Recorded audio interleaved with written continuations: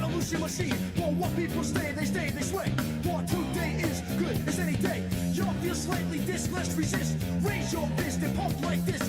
Promises over the top. Don't cross the line, but you know it's right. Who you wanna roll with? Who you wanna roll with? Lefty, let's go. Who you wanna roll with? Who you wanna roll with? Lefty, let's go.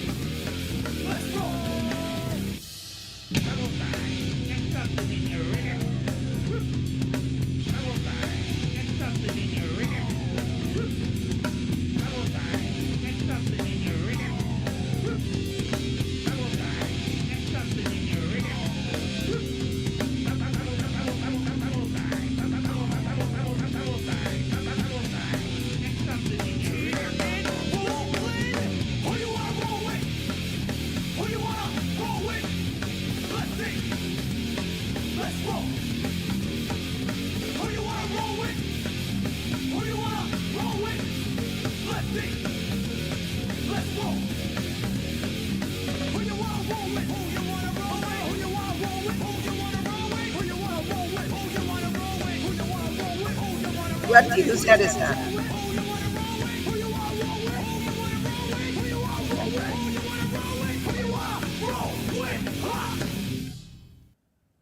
Huh.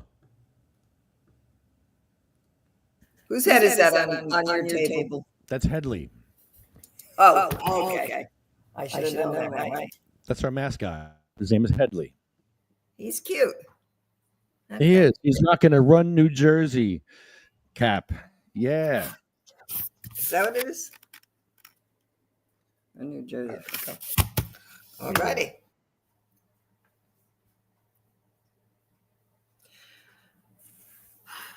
Is Jim coming on? I hope so. All right.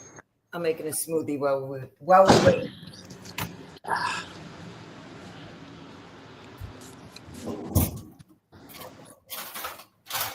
Yeah, I'm heading outside now. So there's a couple more Flaming Anus chocolate bars. There's some Pop Rocks candy, Flossies, Flossie, Mary Jane's. Good stuff here.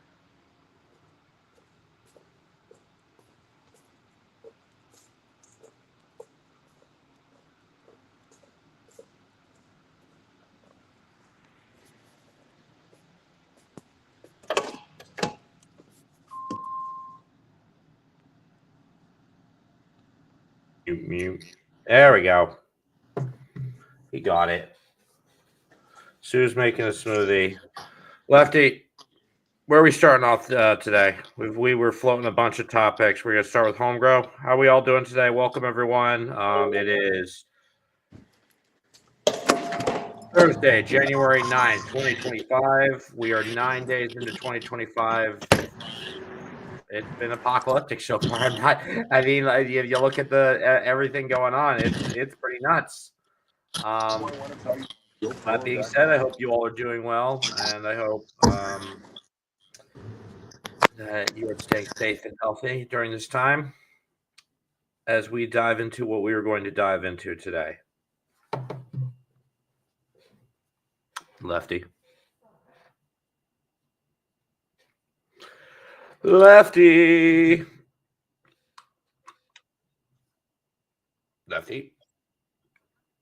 He's going through the motions.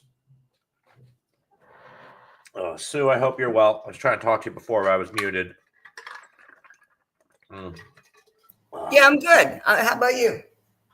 Doing all right. Just carefully watching everything that's going on. Mm-hmm. An interesting world we live in.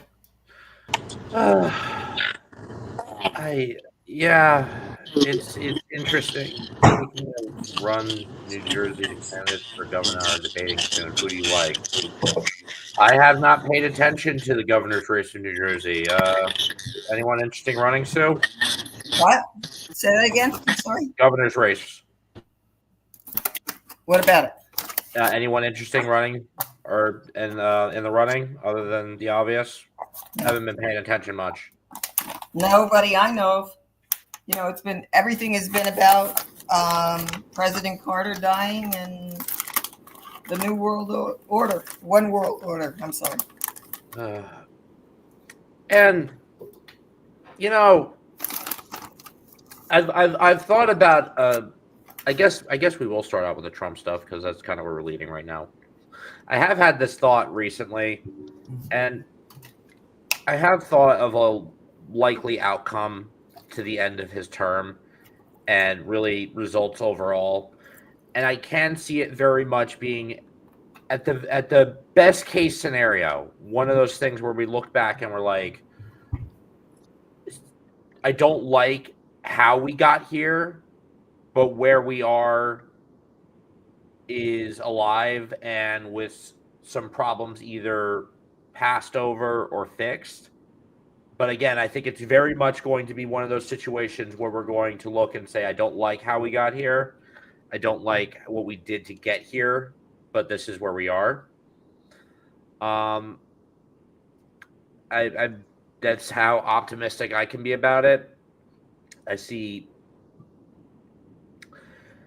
like I was going to tell you, Sue, I was actually telling Lefty earlier that when he was talking about taking over the Panama Canal, I have been mulling an agreement, not in the way he's going about saying it, but in the fact that, like,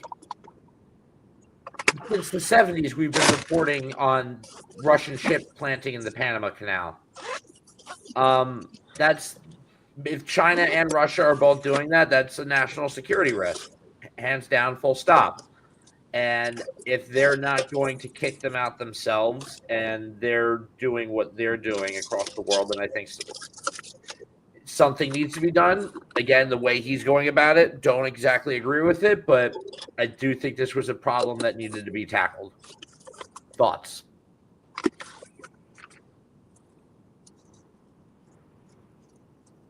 Why? The Panama Canal. Why? What? You mean the Pan America Canal? Like the Gulf of America? That was the other thing, too. I like the Mexican president's response to that. She was saying, what did he say? She was basically doing the same thing Trump did, where she said, this will be the something of Mexico America. It sounds wonderful. It has a beautiful ring to it. I thought, yeah, okay, use his own words against him. That's good. That's good. I like that. I like her. Yeah, Canada America and Greenland America. That was the other thing, too. I mentioned this on the last cast. When Trudeau resigned, that was the first ever, I think I'm confident enough to say, public address of a politician or leader complimenting and praising cannabis towards the growth of the nation, which I thought was pretty historic.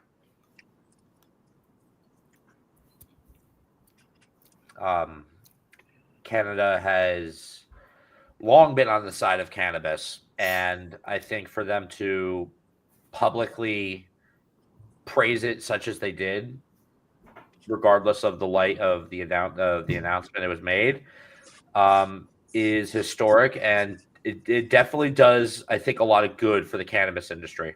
I think down the line you're going to see this line referenced by other people and used to bolster points to move issues. It's definitely going to be something quoted. Absolutely, without a doubt. What issues? Well, I mean, think about it. You have a world leader, regardless, yes, he's resigning in this announcement, but within this announcement, he's praising cannabis towards the growth as an achievement and part of the growth of the country. Now, I think that's just universally in the argument of either whether it be home grow or pushing cannabis as a business or even just for pushing medical purposes with it. Having a world leader like that praise cannabis like that, I think does a lot. I think does a lot, and I think does a lot towards fighting the stigma. So I personally took that as a big moment right there.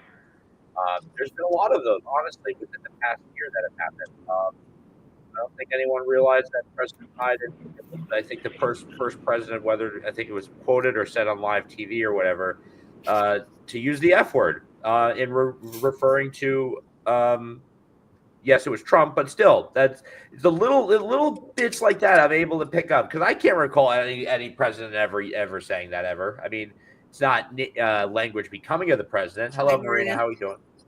But it's you know, in a day and age where we're jotting down so many different things and moments, yeah, something to note. Absolutely. So, what are your thoughts about this whole thing with Canada being the 51st state and Greenland and all? They're not gonna. The Canada, that's where like I stand regularly. Like Canada, they're already all. Yeah, fine. We'll pass on that. You know, we're good. It's they're not interested. They're definitely it definitely doesn't help. Not that I'm trying to push an agenda for them, but it doesn't help the right up in Canada push any of their issues when the right down here is basically invalidating an entire country. So there's a ripple effect to it. All right, I'm going to give you my thoughts in a minute. Please. Go. And just the Greenland thing's pretty much the same thing. It's okay. Here's what I think. Okay. Wait a minute.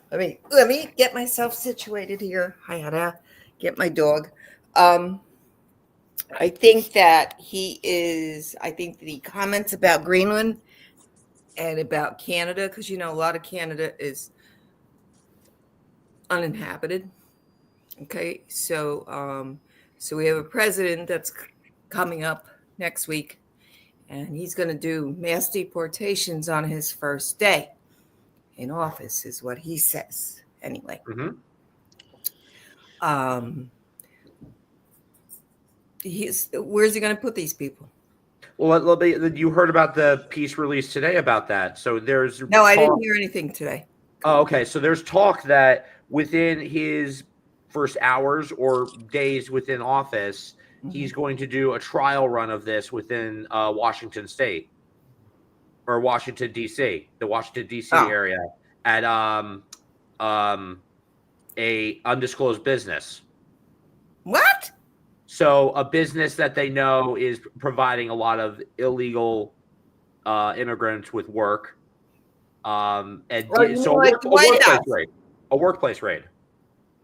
Okay. Which we all know how, like, even without being someone involved in law enforcement, like just the idea of doing a raid at a workplace you got to have your ducks in a row for that.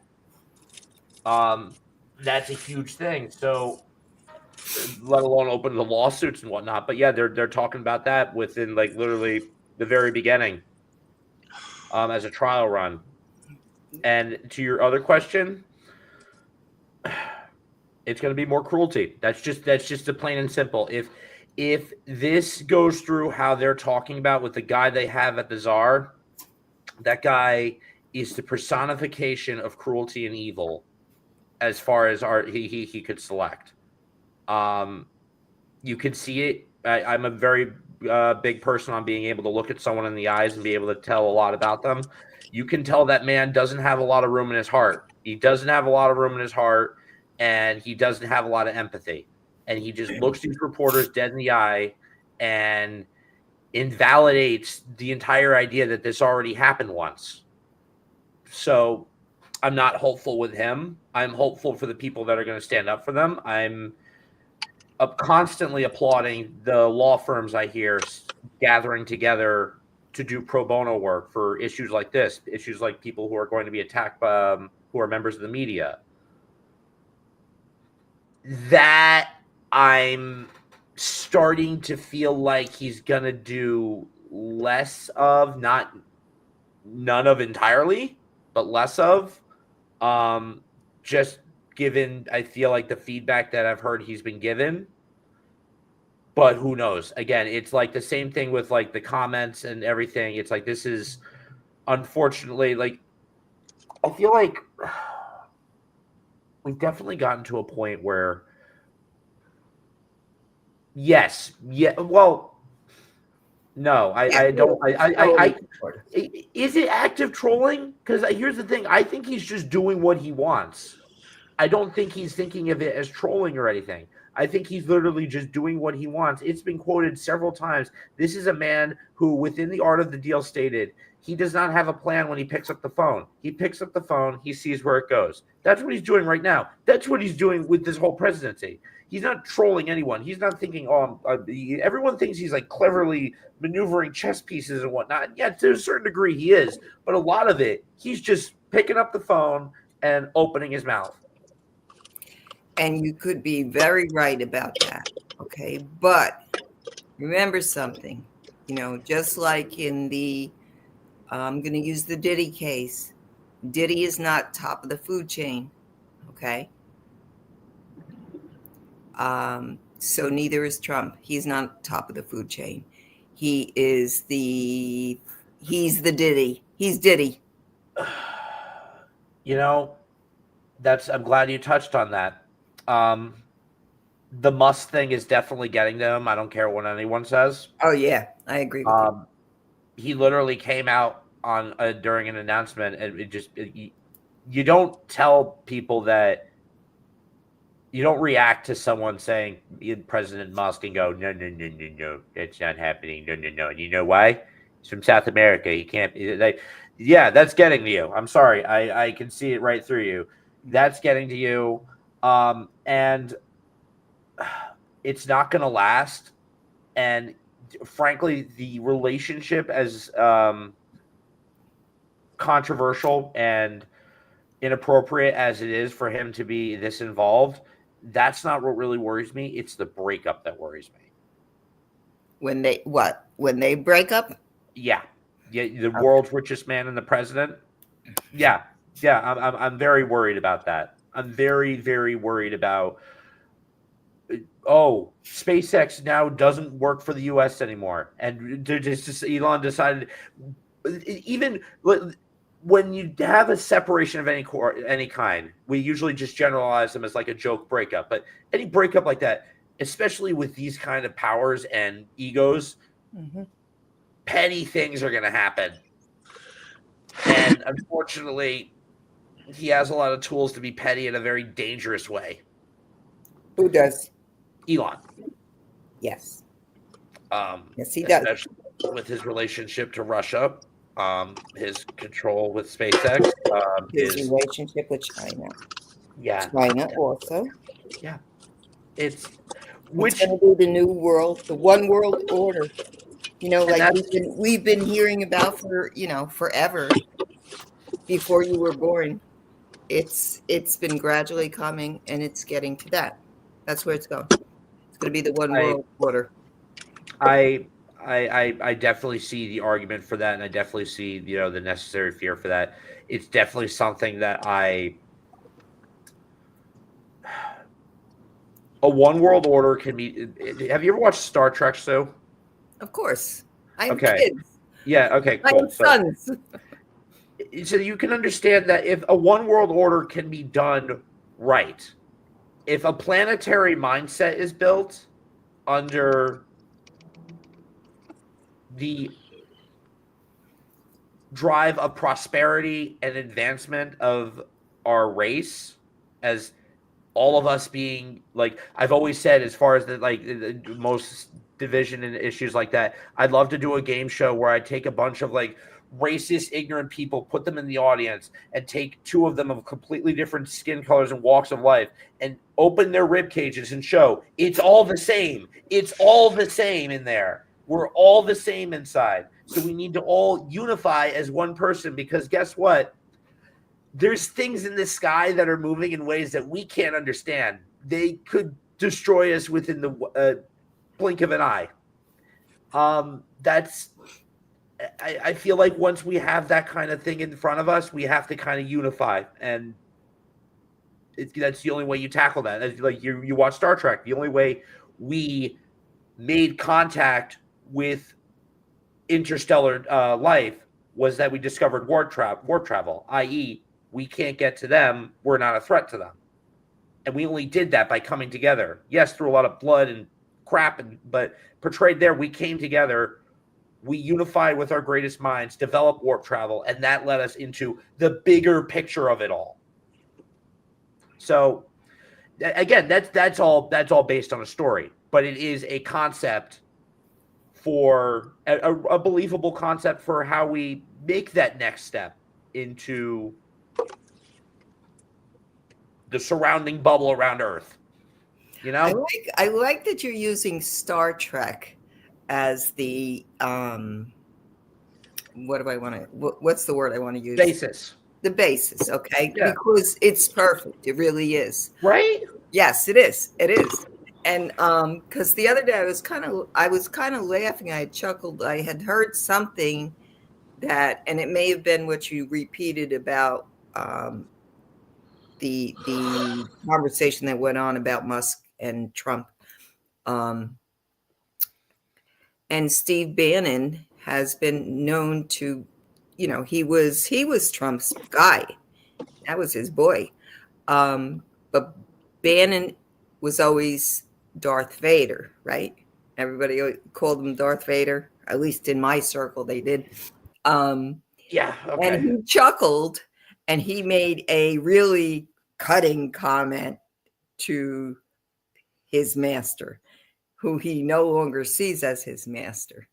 Right. And I was like, oh, this is going to be fun. This could be really entertaining if it doesn't hurt us. But I think that's the sad part about it. This is going to hurt a lot of people, and It's going to hurt us.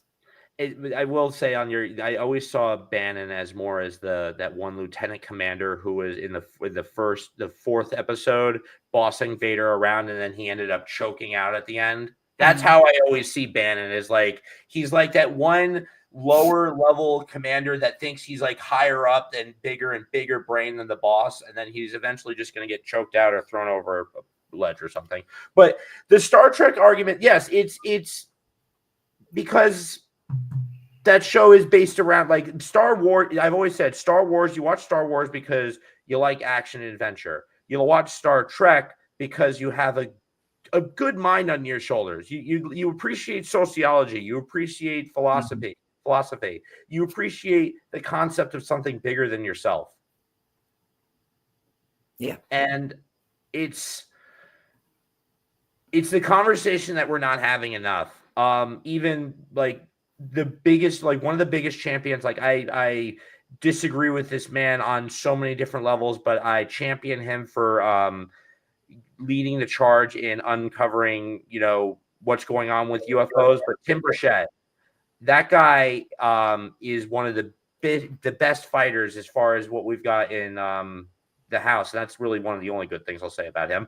As far as leading the charge of getting UAP answers. But really, with that kind of element being acknowledged now as much as it is, and us literally acknowledging that these things are moving in ways we can't understand at speeds we can't match, there should be a more global like a more serious global conversation. That's just logical. Like I get, we've all seen the movies. I get the reason why they, if they have them, why they're keeping them quiet. At the beginning, the public would not have been able to handle it to a degree. At that time, I don't think so. I highly agree with them. Now, I think you got to come clean and open up, especially with all the stuff flying around now. But by him not denying those claims about Greenland, Gulf of Mexico, Canada, keeps people's ranting and energy directed. I mean, I said before, I think very much so that he opens his mouth and just decides to say things and sees how it goes. But there is, I think, a couple aspects to it. Like you just said, it's a distraction. And I also think it's a talking point. It's not a talking point. It's a negotiating point. It's part of the art of the deal is you come out with a big brandish, bullyish kind of demand or threat like that, and then you negotiate from there. It's the same thing he did with when he announced about the hostages. Do I believe that he won't get that bloody and that chaotic as far as the response? I don't know. I think during his time in office, his cruelty was unfortunately limited to our country and Mexico. It wasn't like we were seeing missile strikes happen in villages of innocent people. Like we did make a really meaningful kill during his presidency, Qasem Soleimani. I remember actually my brother was doing cybersecurity during that, so I remember him telling me about that, and I remember being really excited just because he was involved. But yeah, that was a very meaningful strike we did during his presidency. And what did he do? What did that guy do? He was a big Iranian weapons developer.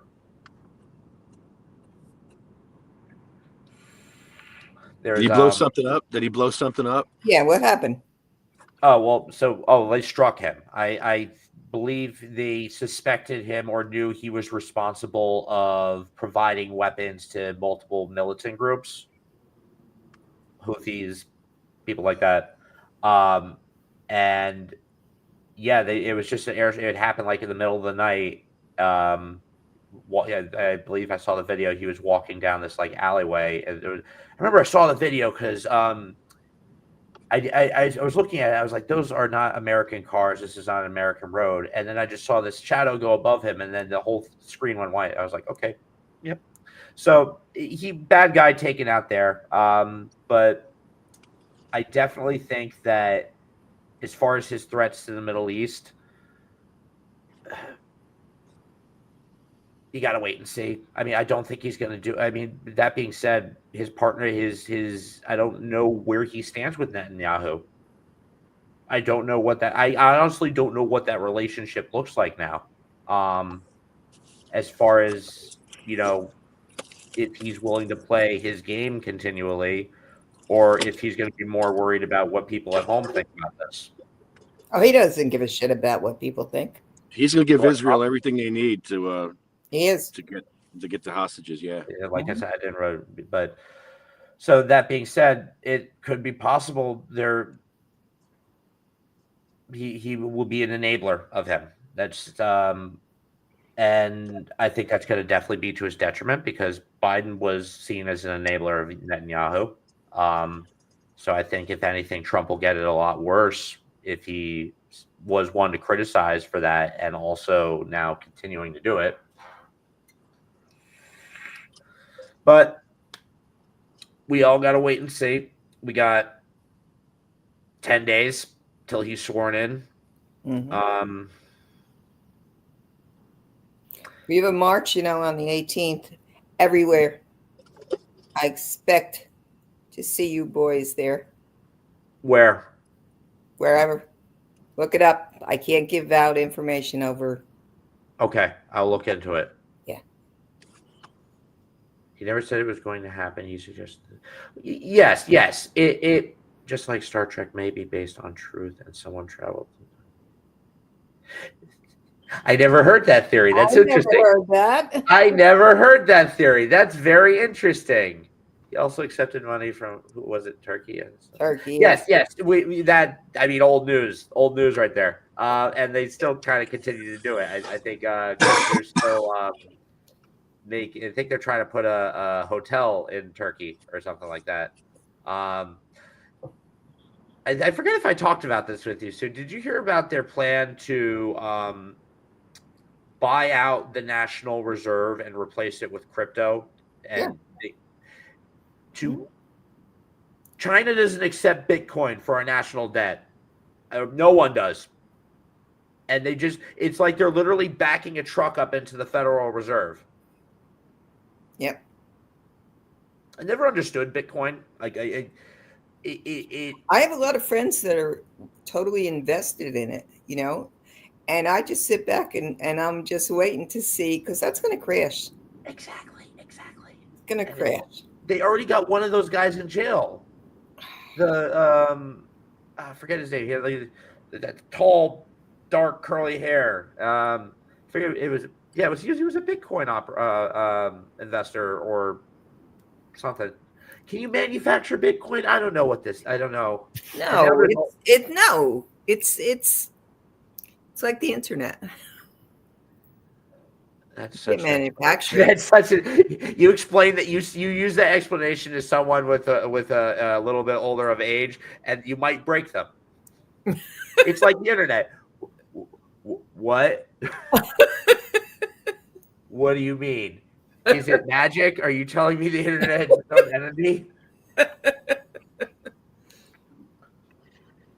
That was I So you sure is alliances with Israel? Yes. 100%. Yeah. I absolutely think it is. Yes. Apparently. I will say though, as far as like what would we do with the technology, I was watching Jimmy Carter's funeral, and what was it?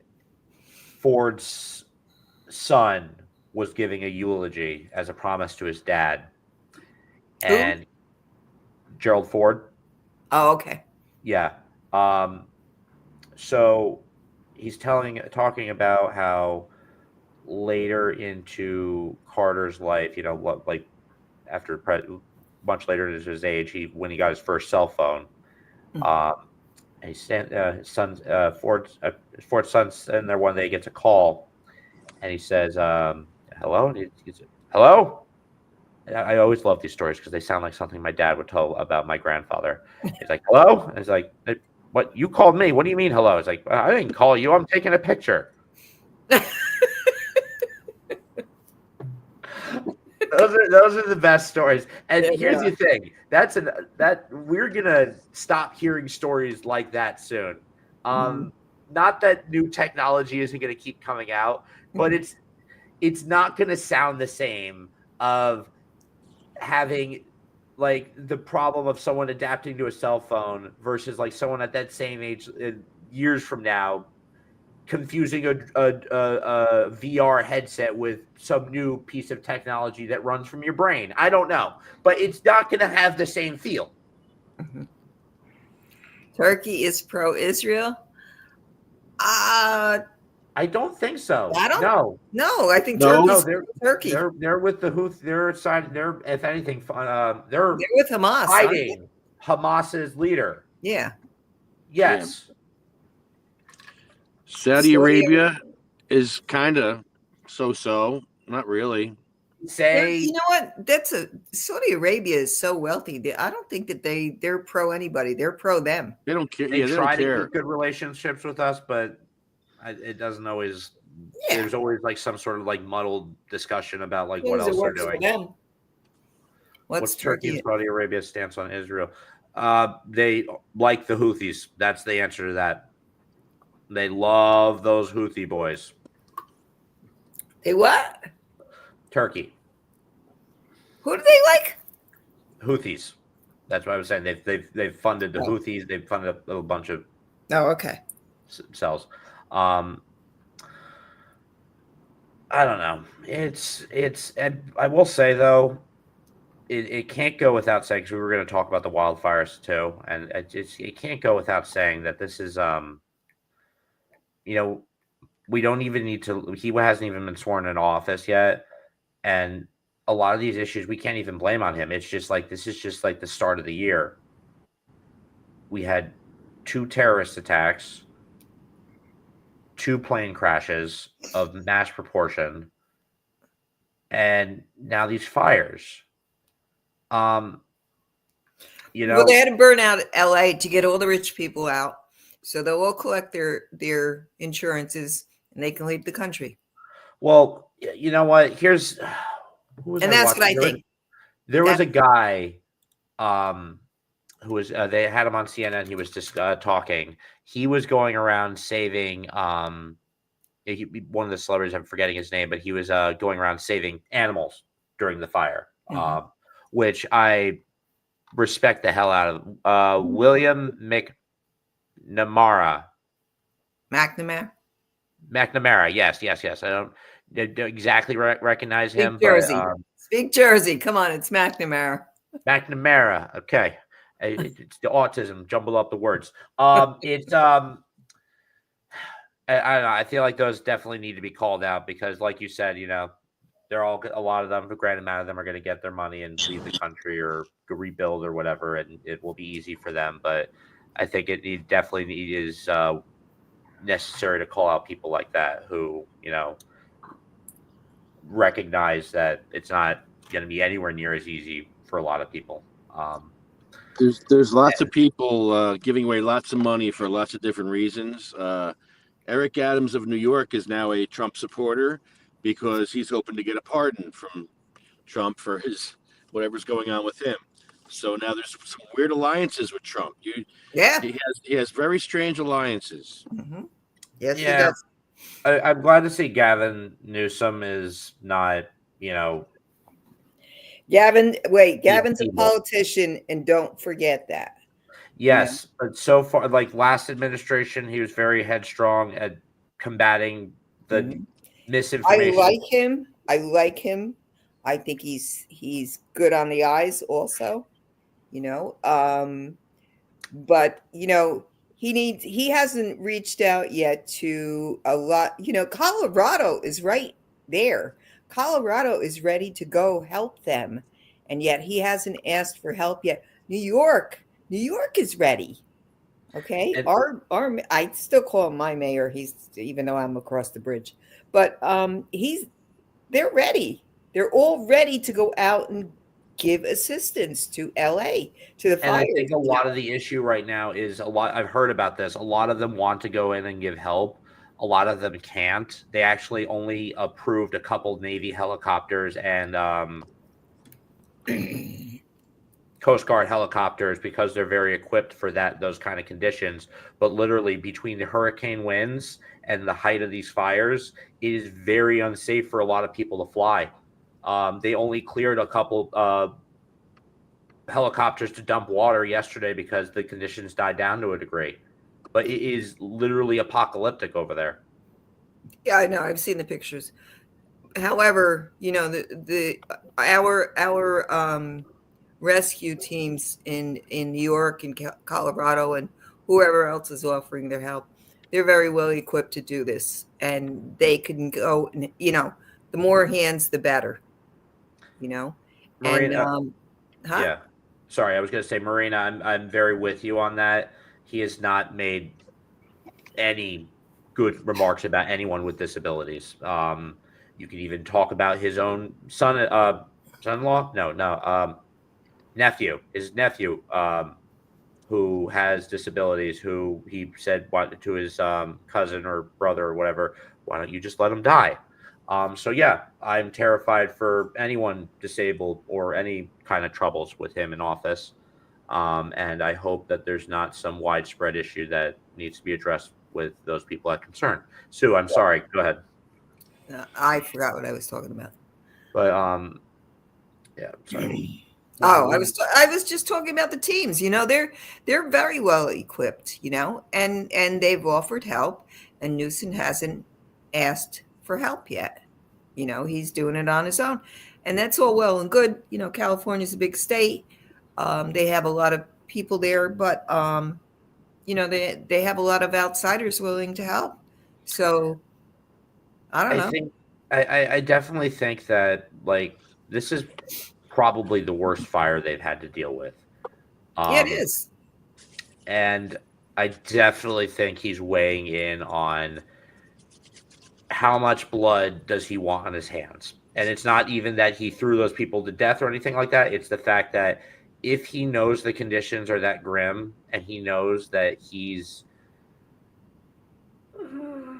getting started on managing as he is now, I think that he's trying. I think there's definitely an element of heart at play here. I think he definitely sees that this fire has taken lives so far. Mhm. Can we talk about real quick the people who are stupid enough to go in and loot? Like I read Well, that we can, but like there's, it's stupid. fires. It's apocalyptic fire. Just why? These people? Yes, they're rich. Yes, they probably have safes that are fireproof. It's not worth burning to death over. It's not. No, it's not. I was a burn nurse at the burn ICU for 8 years. I can tell you. You don't want to be a crispy critter because you are going to die. Yeah, or just your life will never be the same. Never. It's just Never. one way or another, either your skin or your vocal cords or something. It's multi-organ failure. It's terrifying. So but- meanwhile, we have Yes. next week coming up. And Jim and I were talking yesterday, and you do realize nothing's going to happen this year, right? And he said yes, which was a big step for Jim to say that, to say, yeah, he knows, but he still has this promise he made to Cheryl. So Jim and I had kind of talked about, and I talked about it with Lefty yesterday too. We talked about maybe we start bringing some patients on here. Not that anything's going to happen, because I don't know. My crystal ball is not working this week, but I don't know that Jersey is going to go with home grow this year. If nothing's going to happen, they're going to wait for the reschedule, the deschedule, because whichever way they're going to go, or they're not going to go anywhere. Trump's just going to come in and say, fuck you all, you're doing nothing, or not. But it's going to be tearing everything down and putting it back up. One hand says, oh, this is not going to affect recreational at all if they move to Schedule 3. Yes, it is. It's going to throw everybody in a tailspin. So I don't know. How so? How so? Well, it's going to be the same. Listen. I could be a medical patient too. I was one. I had a medical card when I lived in New York. Okay, I don't have one anymore. I wasn't, I only got it just to go through the process, and Right. that was a long time ago. But I just lost my train of thought. Oh, will I ever do that again? No. What for? For what? I can get whatever I want. But why would the rescheduling throw recreational in a tailspin? Because then they pull you. Okay, you don't sell antibiotics on a shelf, do you? You don't walk into the pharmacy and tell the pharmacist, "Hey, listen, I think I want a Z-Pack." So could the you just point it dispensaries out are to really me? going to be the ones to suffer. Yeah. Gabish? And I'm wondering, I agree. Descheduling is the only answer. It is. well, it's that too, but it's also we're on the horizon too, where deregulation is also a very big conversation happening across the board. Yeah, but deregulation sucks, because look at what happened with the airlines. They deregulated, right? They have their own regulations. All they're doing is crashing planes all over the place. Yeah, Okay. then We flights get Wall Street, the financial people. They all deregulated, right, in 2008, and we had a crash. Okay, Yeah. so everything happens. So they deregulate. They deregulate all these chemical companies, and what do? They pollute the shit out of the planet. They deregulate so they can cheat. That's Yes. plain and simple. Yeah. My point being is that if anything, between those two situations, that and the deregulation conversations, I think it should be used as an opportunity by the cannabis community to wipe the stigma.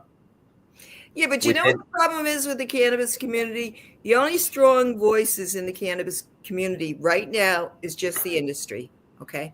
Anybody else, the me and yous out there, we're not like, the loud voices. We're not the voices anybody wants to hear or pay attention to. Because we're So not the ones making anybody else a lot of money. Because we we know how to have get around things. we have to keep talking. This is right. Right. That's I the wrong agree with camera. you. We do have Yeah. to keep talking. I agree with you. Adjust my camera real quick. That banner over there is from my favorite anime, I and can't see your face anymore now. I'm making a point. The banner to my right over there is from my favorite anime. It taught me one thing, and one thing primarily is that you have to just keep fighting. And the thoughts of I have this thought myself with my own content of I'm not seeing the type of viewership. I'm seeing a little more than lately than I've seen before. But the point is that I have to keep doing it. I have to keep going. I have to keep fighting. We have to keep talking about this because the more it's talked about, the more that we discuss it and normalize it. Because here's the thing: it's been fear mongered for 50 years. That's not going to break within a couple of years of legalization in New Jersey, let alone other states having it legalized for years. This is a conversation we need to keep having for a while now. And we need to keep having it like this. And we need to keep doing like what we and Lefty are going to do on Saturday. We need to keep talking. We need to keep educating people. We need to keep normalizing cannabis because the more that we tiptoe around it and say, yes, it's this, but no, it's legal. That's plain and simple. Done. Over. There's limitations, but conversation over. We have to stop the stigma. And I think that's a absolute point that if deregulation or any of this rescheduling comes with all the negativity that it could bring, we need to use it as an opportunity to destigmatize. Because if it's destigmatized and the mindset has changed about it, then if there's some sort of, down the road, it's much less likely that people are going to have a change of heart once it's basically just as logical as water. Okay. So then you go out there and keep pounding the pavement. Keep talking. I be starting a new dispensary job soon. Keep the conversation going there, but and keep doing this. But like, I also on the other side of the coin too. Like, I hear Jim talking about this, and it's upsetting that this is the deck he's left with as far as working to fulfill a promise.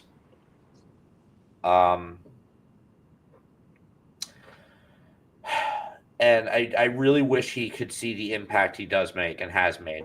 I bring his name up to people who I grew up with who aren't even in the cannabis industry, and that like most of them are like friends of my dad or my mom. They're like, yeah, I saw him on the news, or yeah, I heard about that. So, I as much as he holds himself to account, I really wish he could see the impact he does make and has made, and the mark he's made in history.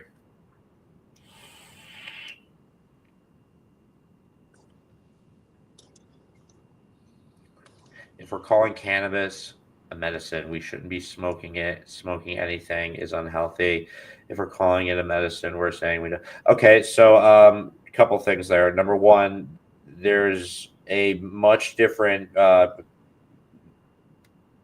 medical understanding to smoking cannabis than smoking anything else, cigarettes, cigars, or anything like that. Just smoke opium. Smoke opium for pain.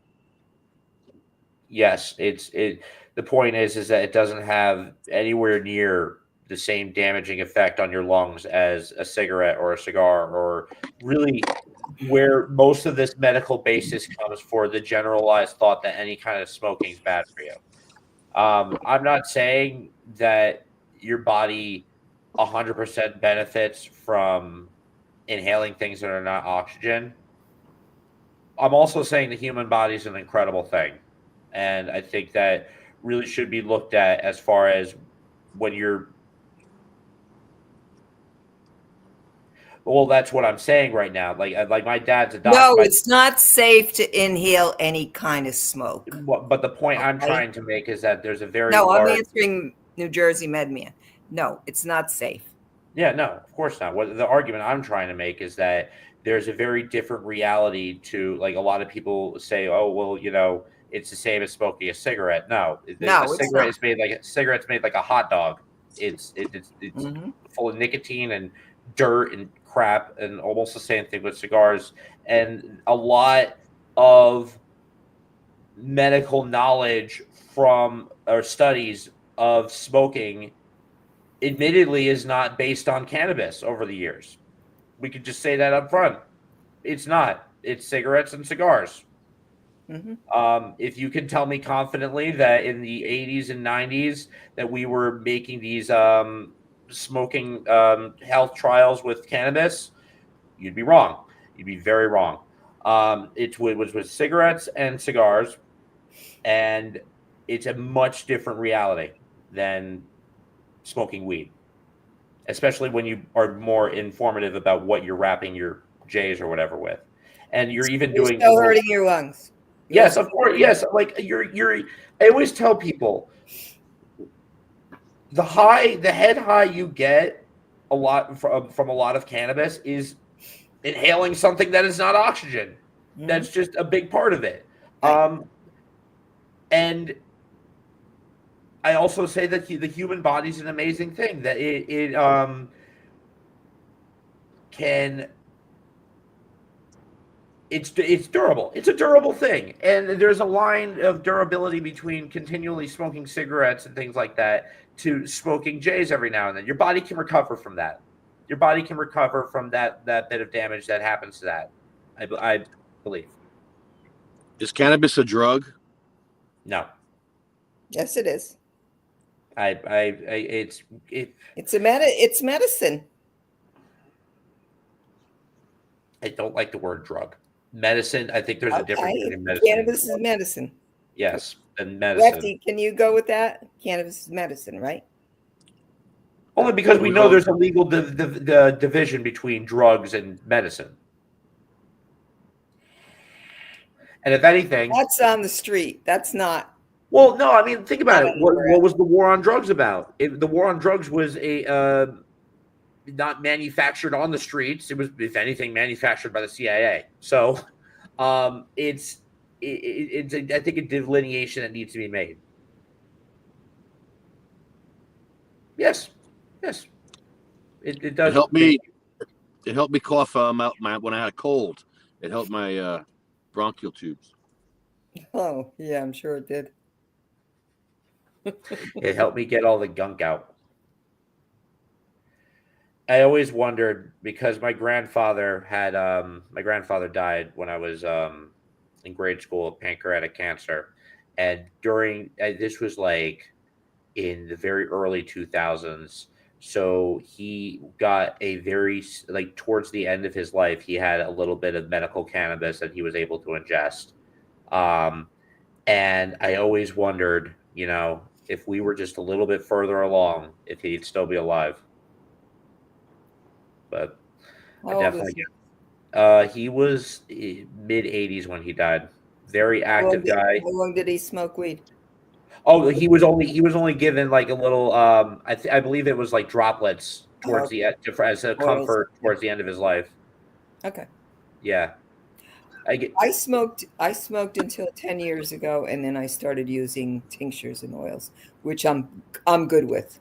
I love tinctures. Love tinctures. They're, other than the flavors, they have a different. They hit different. They hit a lot different. Yeah. I will say, once New Jersey, I think there are some places that do have them, and they're like little tablets. But once New Jersey starts getting the THC capsules, oh, those are beautiful. I Those did are those when I was 15 years old or 14. My boyfriend brought back a suitcase full of THC capsules, and I remember taking them. Right, I took a couple of them, and everything went in slow motion, actual slow motion for like 4 hours, and then wow. for 4 hours after that, you were like a little bit stoned. But that was fun, but then we never saw them again Yeah, because he you would could like do cross country they, dealing, you know.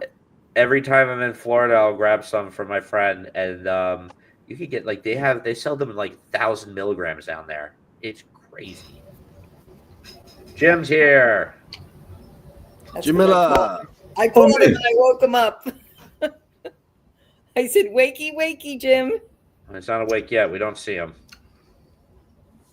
He had to freshen up. Yeah, well, I was wide awake. I was for some reason thinking Thinking next week's 6:20. rescheduling was this week. Oh yeah, Medman. Look at like a menu in Florida. You could see the capsules down there. It was okay. Admittedly, it was either like 800 or 500 milligrams, but I'm honestly almost certain it was 1,000 milligrams. But again, that might have been the entire bottle. But Yeah, the they don't, point is, and they don't legally sell anything down there. But you know what? You can no, go to no a medical. It depends. It depends on where you go in Florida if you're going to be able to get anything or not.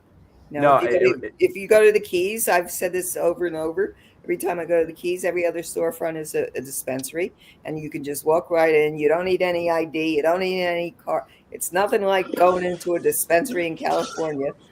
And that's just the way it is, and that's the way it is around where I live up here in Bergen County.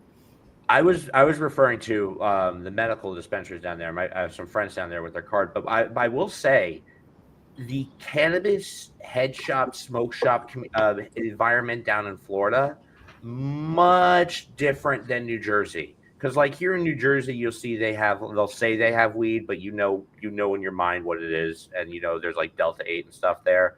But down there, they'll say, oh, we have weed, and yeah, a lot of the times they do have it, whether it's low grade or high grade. Yeah, they're selling weed on the back there. I remember we were at a smoke shop down near Jacksonville, and they gave me a little THC slushy. That thing was delicious, and I had a very nice focused buzz off that.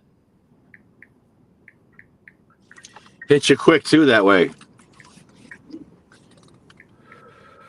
What is Lefty? What is the most foreign way you've ingested THC? As far as like a consumption method to you? The most what? So like, I guess the most out there way you've consumed THC. Like me, I think the most weird way I've done is like the THC powder.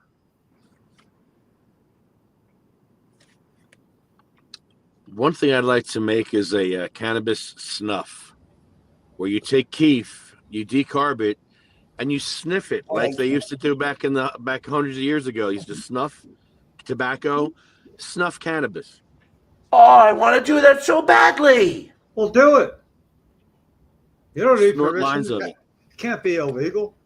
No, it's definitely not. But I keef, Do it. just Do decarb it. Do keef, it. right? Do it. I'm that guy That's all who you do? pushes people into a fight. Do it. Do it, fight. Let's make some. Let's make some keef. Yes. Oh, we're gonna do that live on. Yeah, I love that. Yeah, do that and let us know what it's like. Lefty, you could call Mike. Mike. Can we get those giant tubes that they do, like the bamboo tubes, to snort it out of? I have bamboo. I have free bamboo. Any size. So excited. Lab tested gummies at 1,000 milligrams. They aren't legal. Yeah, again, Madman, I was talking about that they could have possibly been referring to the entire jar. Well, yeah, It probably was. It was. Yes, that's It would why. have to.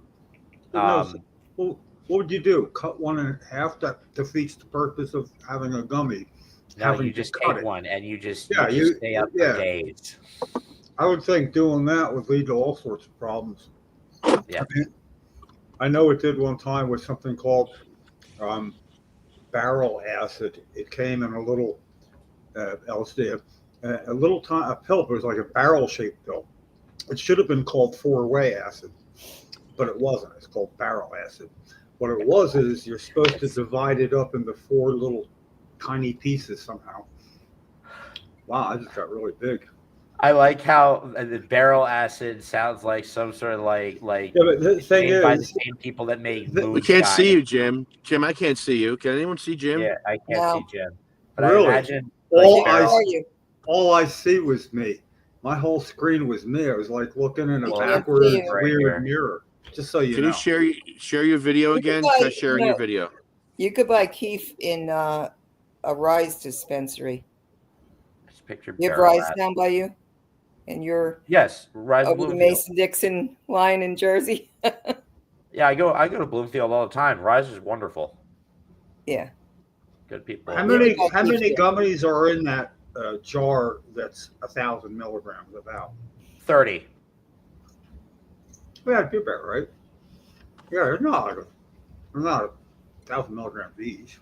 No, but when you said barrel acid, I pictured like the same kind of people like you see making like moonshine, like out in the woods and like some like hut, and there's like a barrel that they just get in, and they're just like, "Oh, No. I'm tripping balls, man." What I was just saying is having something in. Shit. We lost Jim. Jim's back. There he is. Sorry, Jim. I'm trying to fix your camera, and it's not on my end. I got him. You see him now? I can't see him. I see him. Yeah. I see it just Lefty, like. I you see should it get just one like of those like. Jim, can you police- see me? Yeah, I see it like fine. I don't know what you're all Okay. I talking can about. see you. I can see you. That's weird. I don't see him. All right, never mind. Sorry. I don't see Lefty, him. you should get one of those police computers in your Jeep that like sit up like right next to it, so you can just like do all this with like one hand and just like multiple screens in the Jeep. Have a cop walk by you and you just be like, "Yeah, we're doing the same thing here, aren't we?" We're live streaming. Like shuffling, I shuffling think cards. we need to make a sideshow called Bucket Man Comedy Hour. I have Sue. You need to go watch my content, please. I will. Text Oh. me so It's that I all- know. it's my tag right there. Those are my two usernames. Okay. All right. Yes. I will definitely. Oh my god, I can't. Jim, I want to bring this up because Lefty disappeared, and we were talking about you earlier, and Sue was saying that you two were talking, and you kind of were realizing that with the current administration coming, that not a lot, if anything, was going to get done this year, and I try to say this every time you talk about this, and I just want you to know that through my time talking to you, and through what you've exposed me through, what you've done so far, and the actions you've taken, it's a damn hard promise you got to live up to. But you know what? If you did anything so far, it's you solidified a movement mark in history with your wife's name. Yeah, well, You really like I can tell you so many people, my dad's or my mother's friends in Fairhaven, I brought your name up to when I do this show, and they say, "Oh, I think I saw him on the news." And I literally know that they're talking about that news segment because I know they're all of that age range. But you definitely have made a mark, and you do. I know you get down on yourself about no, I don't really get down with it. It's that I haven't kept a promise. It doesn't mean that I haven't done a lot. But you can do all sorts of stuff and still not have kept a promise. And it is, I can't say it's not for lack of trying, but I can't say it's for what I would call lack of trying. What's right in the middle? It's like kind of trying, but coming far short of, if I tried like I tried doing things 25 years ago, I'd get anything done. I mean, I'd walk all the way across the state if that's what it took. I mean, it's like that was that mentality that I wouldn't. It's a different kind of promise, though. Like, what do you like? I always thought to myself, No, like, what I do you know do? that, but listen, it's a very short promise, and it's really not full of nuance. I said, when I said to Cheryl that I wanted to be honest with her because I had to just tell her, she at the end of her life. I mean, how do you do that? How do you wait for somebody to wake up and say, "Oh, I got some news for you"? And so I had to find a way to say that, and I did. And then I realized, I wanted to tell her. I said, I'm really a tired sort of advocate, activist, and I felt that I wanted to be honest, and I knew that I was so tired of doing this shit that when she died, I was just gonna go, okay, I mean, and I wasn't gonna like run myself like a top into a wall and out of energy either. But I didn't get far because when I explained that to her, and she said, "But you have to." And it's like, oh fuck, man. I mean, I didn't have scenarios planned in my head because it was kind of abrupt. I just found out I was in the hospital and I had to take care of it.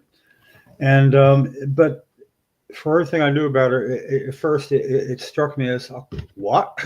It's not how it goes. It's not how it goes in movies. That's for damn sure. And it was like, she said, but you have to. And, and then as soon as she started talking again, I realized exactly what she meant. She said, don't you wish we'd known sooner? Meaning about the benefits of cannabis on MS. And I could feel that train coming. I said, yeah, because when it first dramatically worked on her in rehab, and we were both blown the fuck away. I mean, everybody was, and I couldn't tell them what it was. I mean, we already been blown away, but they were like, "Holy crap!" And we're like, they need this information, And so I said to Cheryl in private after that, listen, we can do this loud or we can do it quiet. Explain that it's pretty damn illegal. It's 1990, 91, 90. And it was very beginning 91. And yeah, you did feel like you had a target on your back when you did things, and I hadn't done anything by then.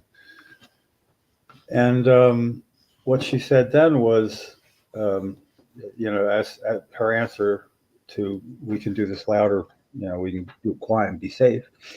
She said, don't you wish we'd known sooner? I'm like, well, holy crap. I watched you go downhill, and it didn't have to happen because I was smoking the whole fucking time, And I said, well, yeah, of course. And she said, we shouldn't want somebody to have done something for us that we're not willing to do for anybody. And I thought, I get it. Okay, yeah, really. I mean, I wish we'd known sooner. If somebody had been active and loud about this shit before us, like when we got married and after that, we would have known and done much better. And now there I was saying, can we keep quiet? Like Montel Williams, Right. Until you get caught. And no, it wasn't an option. And that was like the clearest sanity in the world right then. And it always has been for me. That was a basic tenet of life itself. Don't expect people to do shit for you you are not willing to do for them. How else can it be put so clearly? Well, So anyway, what happened is I settled on, this is, just now you got all that background, that when she said you have to, I thought about it, and I realized she was right, but I needed a parameter. So I said, listen, when something comes up, I'll ask myself, what would I do if you were still with us? What would we do? And I'll try to do the best I can without you. And that was good. That's the promise. So I said I would do the best I could. I would try to do the best I could, actually. I didn't say I will. I said I'd try to do the best I could. And then I asked myself now, seriously, 40 years, no fucking hearing? This? But that's no, I'm not trying. What have I done specifically? But that's my point, Jim. Is that I don't know your wife. I don't know your wife. But I didn't keep the promise. There's all sorts of reasons. Hear me out here. Sure. I didn't know your wife, but I can tell you this much: is that when you get to heaven, she's not going to be like, well, Jim, I told you where the gun was. I told you what to say. I told you what to do. I gave you the coordinates. Like she's gonna if anything. I know, but you got it. Honestly, you have to explain it without relating it to heaven, and I could understand. That was it a better. metaphor, like I understand. Just so you know, right. It's like my point is that like I don't know where if the she is. afterlife were a thing, she's not going to come to you and be like, well, what the Listen, fuck? well, by the way, this is actually a bit of a revelation, and in a good way, because what happened was first night without, and it was like 2 a.m.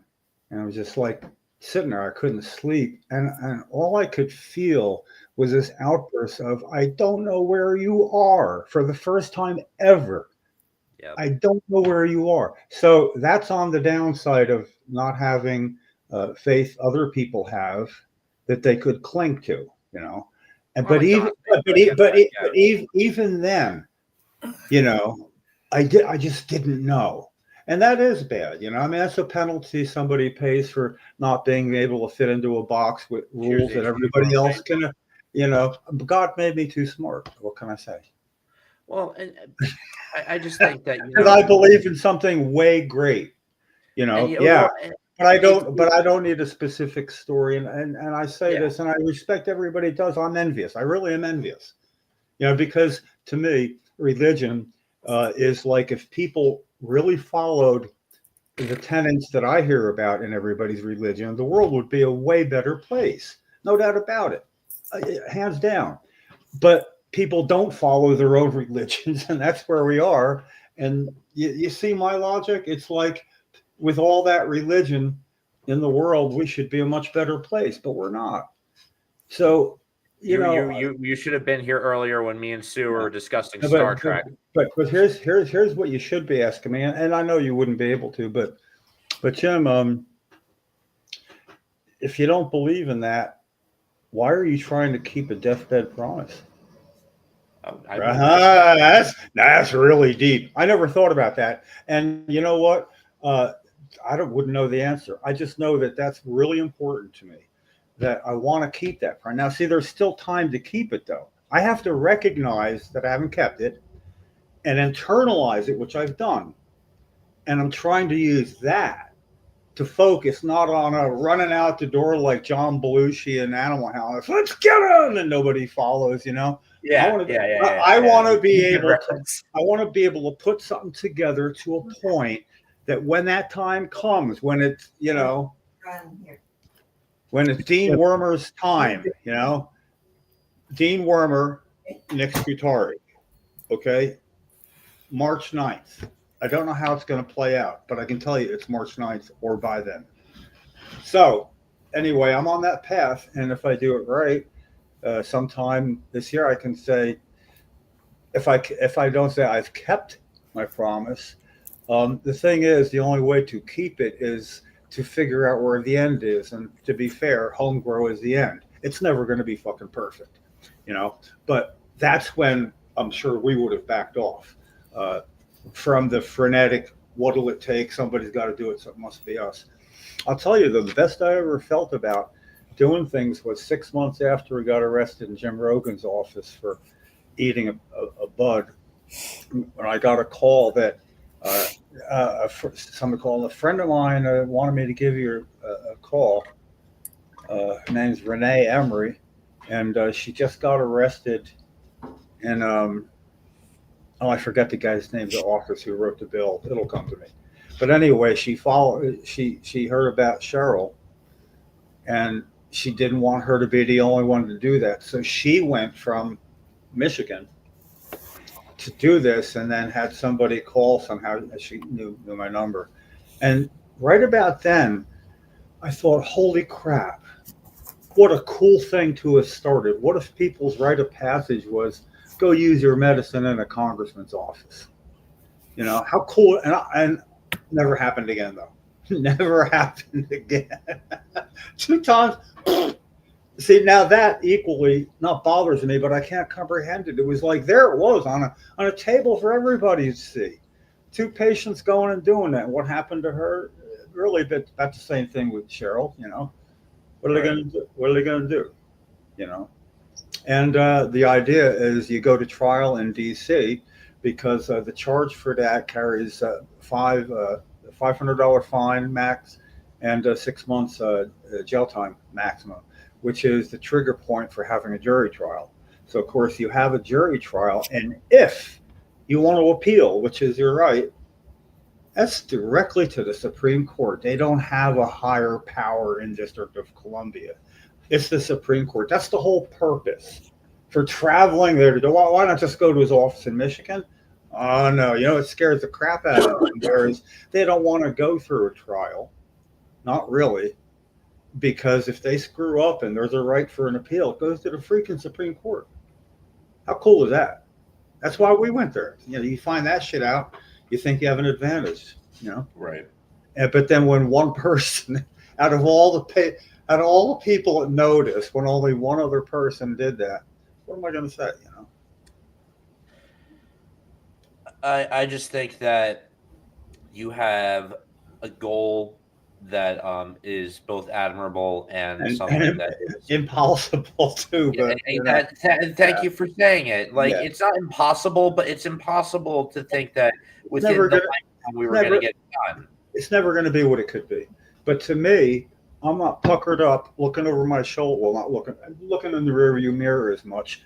I am also the one amongst most people that I know that is really happy the way things are without going, blah, blah, blah, blah, blah. No, I stop and smell the freaking roses, so to speak, I mean, I don't always have it, somebody always pushing forward.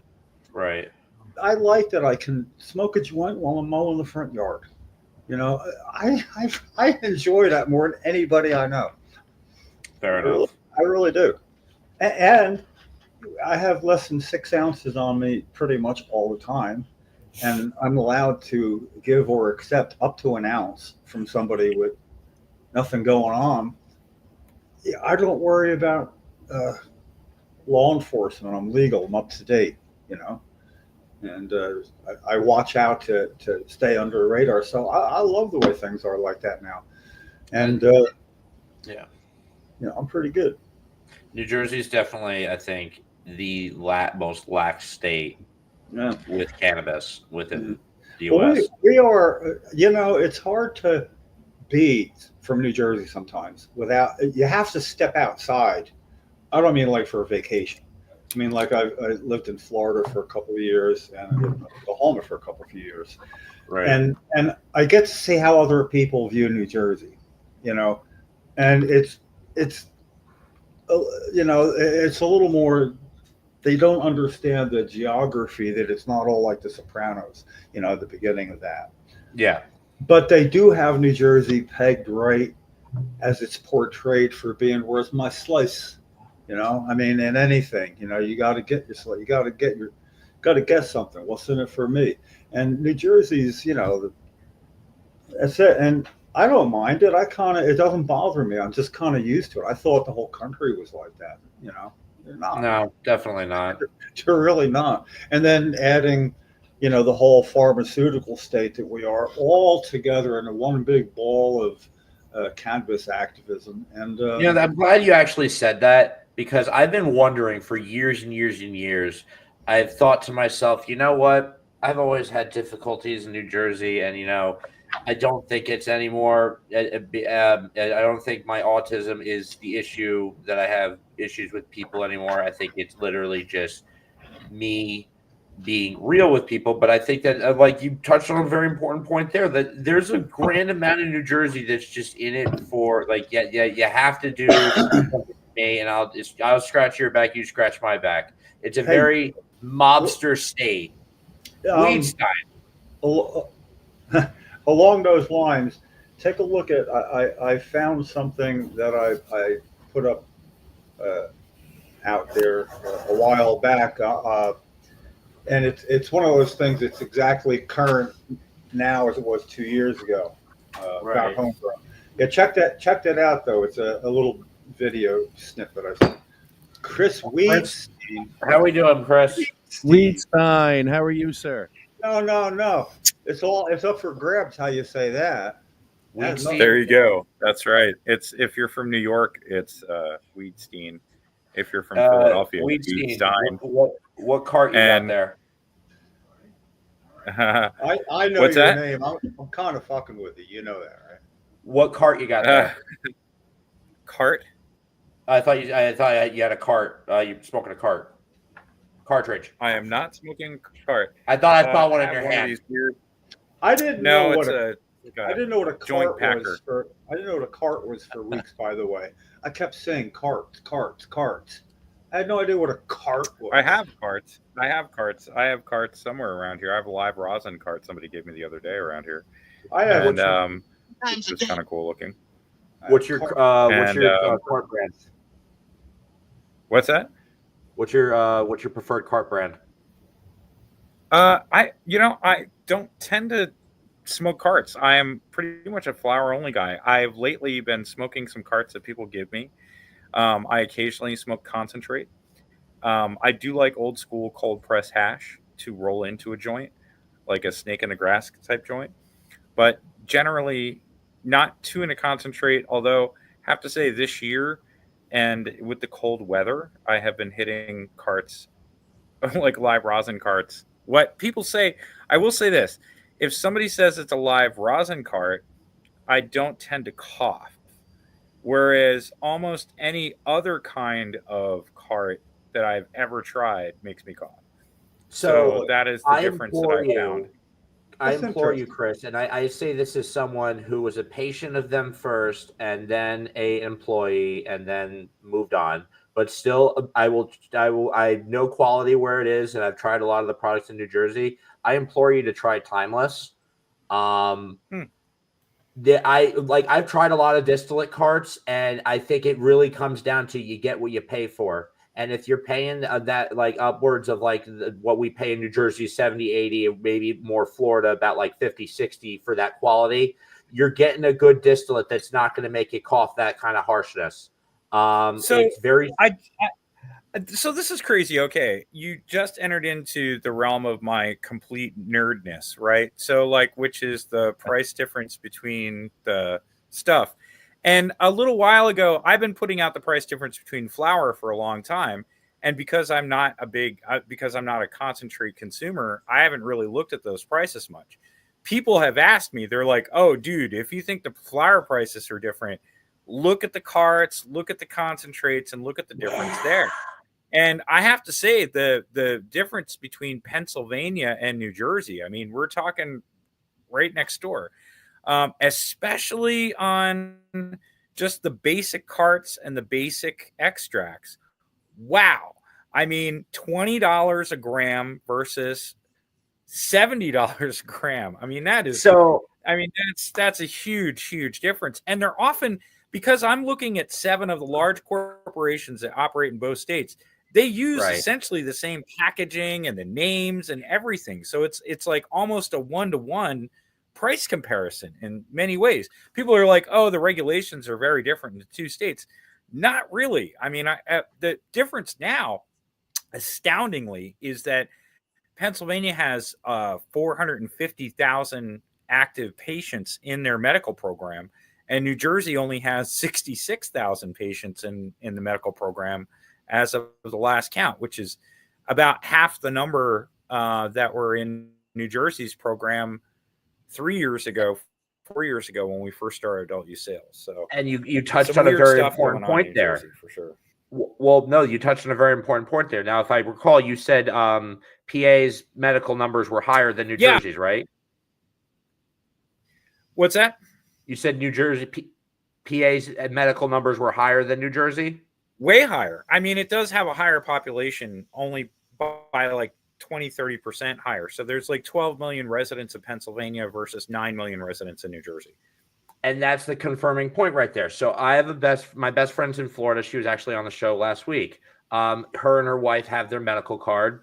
Last week, Thanksgiving, I was down there with them. The dispensaries down there, those select 2-gram bricks, you could get 2 of those for $70. And the new Florida is flooded with medical dispensaries. So it really comes down to if you got more medical patients in there, for Florida specifically, it's because they're oversaturated that they get so much stuff that they have these sales that they can sell them that cheap. So yeah, I don't know. I mean, again, I think interestingly enough, what's interesting about comparing Pennsylvania and New Jersey, especially when you talk about the larger corporations that operate in both states, is that I do consider them under similar regulations. And it is an interesting model where Pennsylvania has no adult use program, but they've got nearly 500,000 registered patients. New Jersey has an adult use program, but only 66,000 patients are in this medical program, which is on life support at this point. And the adult use products are the most expensive in the country. And it's not just me that sees this. There's a Cannabis Market Watch, and the New Frontier data shows that the average price of an ounce of adult use product flower in New Jersey is $336, which is nuts considering that the average price of an ounce in California is like $88. So there's a massive difference. Now, but I don't want to compare California to New Jersey. That's why I look at Pennsylvania. Right. I think somebody noted NJ MedMen incorrectly said that Pennsylvania has an older program. Incorrect. New Jersey's law was signed for medical cannabis in 2010, and Pennsylvania's was signed in 2016. And although it took 3 years for dispensaries to open in New Jersey, they were open by 2013, and just 2, as a matter of fact. And that's how it operated. Pennsylvania did something different. There are probably 170 dispensary locations open in Pennsylvania today. So it's going in a different direction, but with the same exact players. So that's what's strange about it to me. New Jersey is in a weird place, especially for medical cannabis. We have absolutely the most expensive medical cannabis products in the region, if not the country right now. And I can't find a good reason for it. It's not New Jersey alone. That's the reason. And it is New Jersey, and it's not like we're 30% more than New York. We're 30% more than Illinois. We're 30% more than the other expensive programs in the country.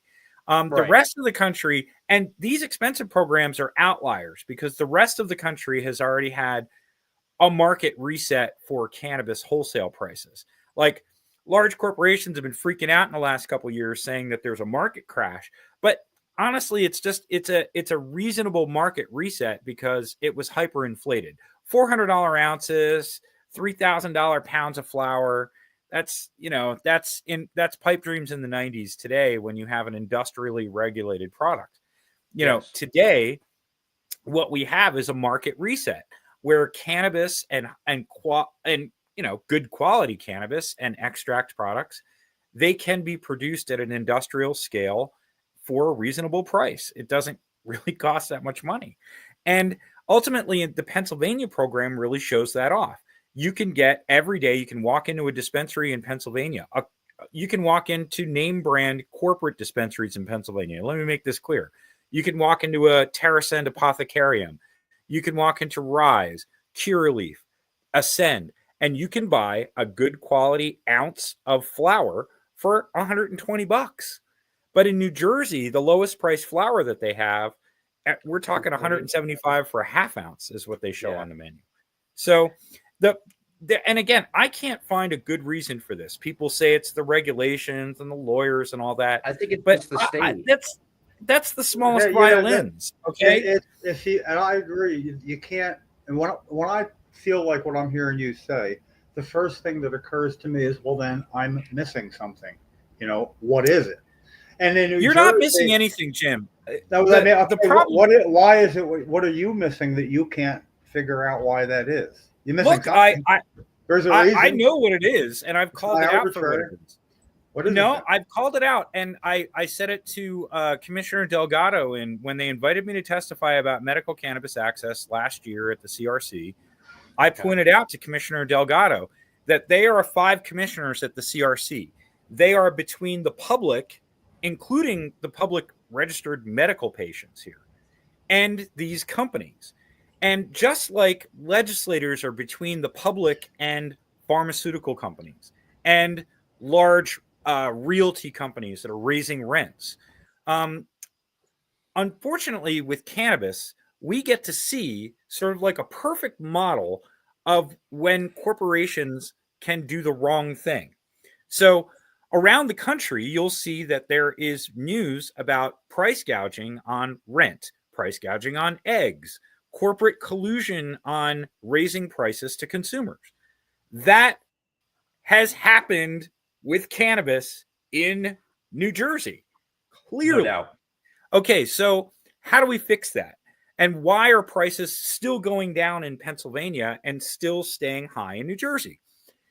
In Pennsylvania's medical marijuana law, me and some other advocates got one little paragraph in that's a price cap provision. It is the possibility that regulators, if they feel that products are too expensive, would impose a price cap. The regulators there threatened this price cap 3 years ago, and ever since, the prices have gotten more reasonable in Pennsylvania. When I pointed this out to Senator Troy Singleton, he introduced a bill last year, and it's active now. Singleton's bill would allow the CRC to impose price caps for medical cannabis. I think that, the threat and possibly the exercise of imposing them would be good. They don't last forever. The price caps are not on the whole market; they're on individual companies.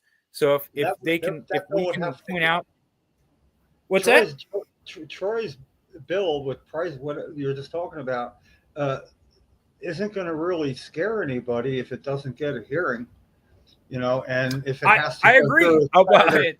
But in other words, you can do all of that, but the only question we haven't really talked about that and included it is, how does our Senate president feel about this? And whenever New Jersey does something different and it costs people more, it's often because New Jersey is a greedy government and somehow they're getting money out of the prices not going down. I don't know how that would be. The only reason I floated out is it's New Jersey. Nobody wins with high prices, Jim, except for large corporations who get to control the market through price. New Chris, Jersey I think is what to Jim's find trying a to way. say- New Jersey Chris, I will think what find a Jim's way. trying to say though is that there's no, I like, yes, no one wins in that scenario. However, But I the don't state think doesn't win either. No, but we have to look at the evidence that everything everything in New Jersey is so much more expensive than a lot of other places, including the cannabis. A lot of that I can attribute to New Jersey, like a lot of the insurance and things like that. I say, well, you know what, we don't deal with a lot of the weather phenomena that other places deal with, but a lot of The it's very gas is expensive. cheaper, I think the it's too cars many are cheaper. coincidences to just say that it's all not connected. I think on some level. No, I can't buy that. No, we're talking about the difference between a $20 gram and a $75 gram of wax, dude. What up? Right. No, I get that. Okay, no, let's think about that. That is a 2,000% markup. Okay, we're not even talking about in the hundreds of percents of markup. That's 1,000%. Yeah, I'm not justifying it. No. Okay, and honestly, again, the only reason they're doing it is because they can, and that's not a good reason. Okay, so really, if Walmart decided to charge, instead of $5, $90 for a jar of acetaminophen, people would be complaining, right? And that's because you don't have to register to be a patient for acetaminophen. And the acetaminophen patient pool isn't just 66,000. But I will point this out, that our legislators go to bat for Alzheimer's patients in New Jersey, of which there are 300,000 Alzheimer's patients. They go to bat for all kinds of different conditions and patient communities all the time. Why are they leaving the medical cannabis patient community behind? Why are they letting 66,000 registered patients who spend the time and effort to become registered with the state get price gouged so heavily by large corporations who are turning around saying that they're doing everybody such a big favor with social equity in the adult use side? It doesn't make any sense. Jim, I was there, I think you were there too, when Curaleaf and TerraSend and GTI all sat there and gave out their wonderful patient access plans in order to get their adult use certificates to open. Of course, yes. And I remember thinking, Well, man, if they came through in order to get their half of adult, what they said, this program will be great. They well, promised they- access, They wanted discount. social equity is why they wanted to do that so bad. The whole thing is one big circle of jokes. No. Social equity didn't hurt. It was Social equity everything- didn't hurt medical access.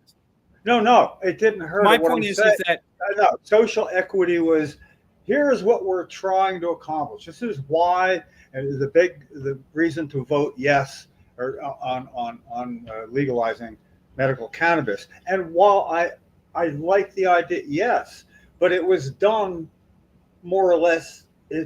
A lot of promises. It didn't trickle down quite as quick as it could have. Maybe it's going to get. Dude, there better. were no promises kept. I've looked up the patient access plans. I'm here to There tell were you, you zero don't have to fucks wonder. given. Yeah. Like, yeah, and that's okay. I mean, ultimately, Jim, I do remember that during the pandemic, basically Columbia Care was charging $55 an eighth, no breaks. You know what I mean? It was $400, $480 an ounce, no breaks, and that was the deal there.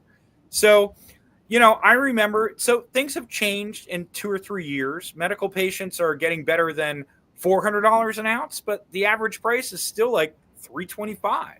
So and again, looking at the rest of the country, even expensive programs like New York, Illinois, places like that, they're not nearly as expensive as we are. And the only reason, I have to say, if you're looking for a reason, I've called it out.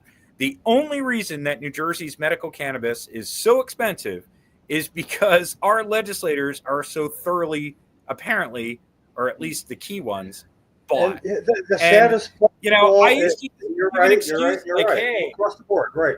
But the saddest part is that is so true that this state is the worst.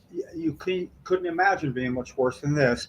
But when we're talking about the price, it's also affecting patients who aren't allowed to grow their own, and it's affecting their physical health as well as all sorts of stuff.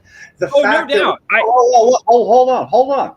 We're in a state that won't let that bill be heard for 4 years. Nobody gives a flying fuck about that, knowing we are the worst, most expensive state also. If this isn't something that can drive a wedge through that, it's just sort of like the right people aren't saying the right things. I'm not the right person. Nobody listens to what I have to say. I'm not talking about you guys. I'm talking about within the halls of New Jersey's complex. Look, Jim, last year, the rhetoric heretofore from Governor Murphy and Senate President Scutari have been that they want to protect the industry by not allowing home grow. Last year, we put out to them more than 50 independent operators in New Jersey's cannabis industry who signed on to a home grow effort. We showed them that the industry doesn't need... Who did you show? Well, you were there, Jim. We were out there on those press conference days. Yeah, we were there. You know what they were doing? They were doing this. They weren't listening. We didn't. You can't show somebody something. In my opinion, we didn't show them if they didn't see it. Look, I can't. The planting of cannabis was the best thing that ever was done in a long time to get them. That was showing something, and it got attention, but it was like coming and gone. It's apparently we're not showing them enough. I would say that my analysis if you want my analysis of last year, I would say that a lot of our movement got sucked into a national trend to pass bills around hemp-derived products, which I thought was an immense, interesting and waste of energy last year. I'm not understanding against cannabis derived. Say that again. I'm having a smoke. The New Jersey legislature passed essentially, effectively tried to ban hemp-derived CBD and THC products from sale in gas stations of New Jersey, because I guess apparently, if you want to sell anything, Jim, you need to get a gas station, Because if you own a gas station, you can sell whatever the fuck you want in New Well, Jersey. what's up with I that? mean, You really can. apparently, if a gas station license is a license to sell whatever, dude. So, Facts. like, I Facts. am ready.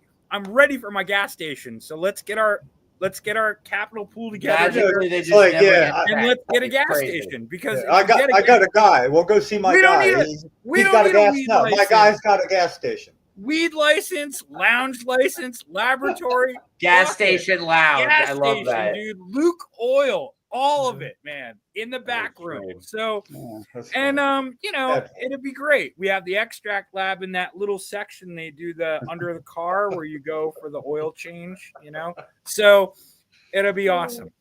But that's the thing. They are so afraid of gas stations in New Jersey. Oh no, They they got more undertook- gas stations. I swear, Jim, and it's not just here. There is an innate fear of gas stations all over America because the gas station hemp bills were passed in multiple states, including they're taking another crack at it in Pennsylvania. Delaware passed one. California is going to go for one. This isn't just here. It's part of a national push. There was one in Congress too. So there is a fear amongst legislators that they don't know us. Here's the problem, Jim, is that lawmakers do not know us cannabis consumers. They do not know stoners. They themselves apparently only smoke weed in closets occasionally, sometimes. But they are just usually drinking, so they're not connected to our community.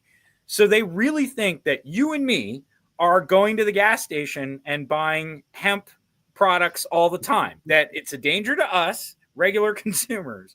Now, I will say that I've seen it from North Carolina. I was in North Carolina, South Carolina, Florida, New Jersey, New York this year. I have seen gas stations full of imitation weed. And it's weird and it sucks. And I've seen smoke shops in Pennsylvania full of what they call skill games now, which is also a weird thing, where there's like lottery or what do you call slot machines basically in every smoke shop in Pennsylvania. You go in to get rolling papers and there's skill games in there. It's like, what the hell's going on, right? Now they're talking about regulating the skill games just because they're there. I don't even know. But they really do. They're afraid. They want to protect you and me, Jim. They don't know us. What they want. They're disconnected from us, but they want to protect us. Now, all the stuff that and I agree, NJ Medman.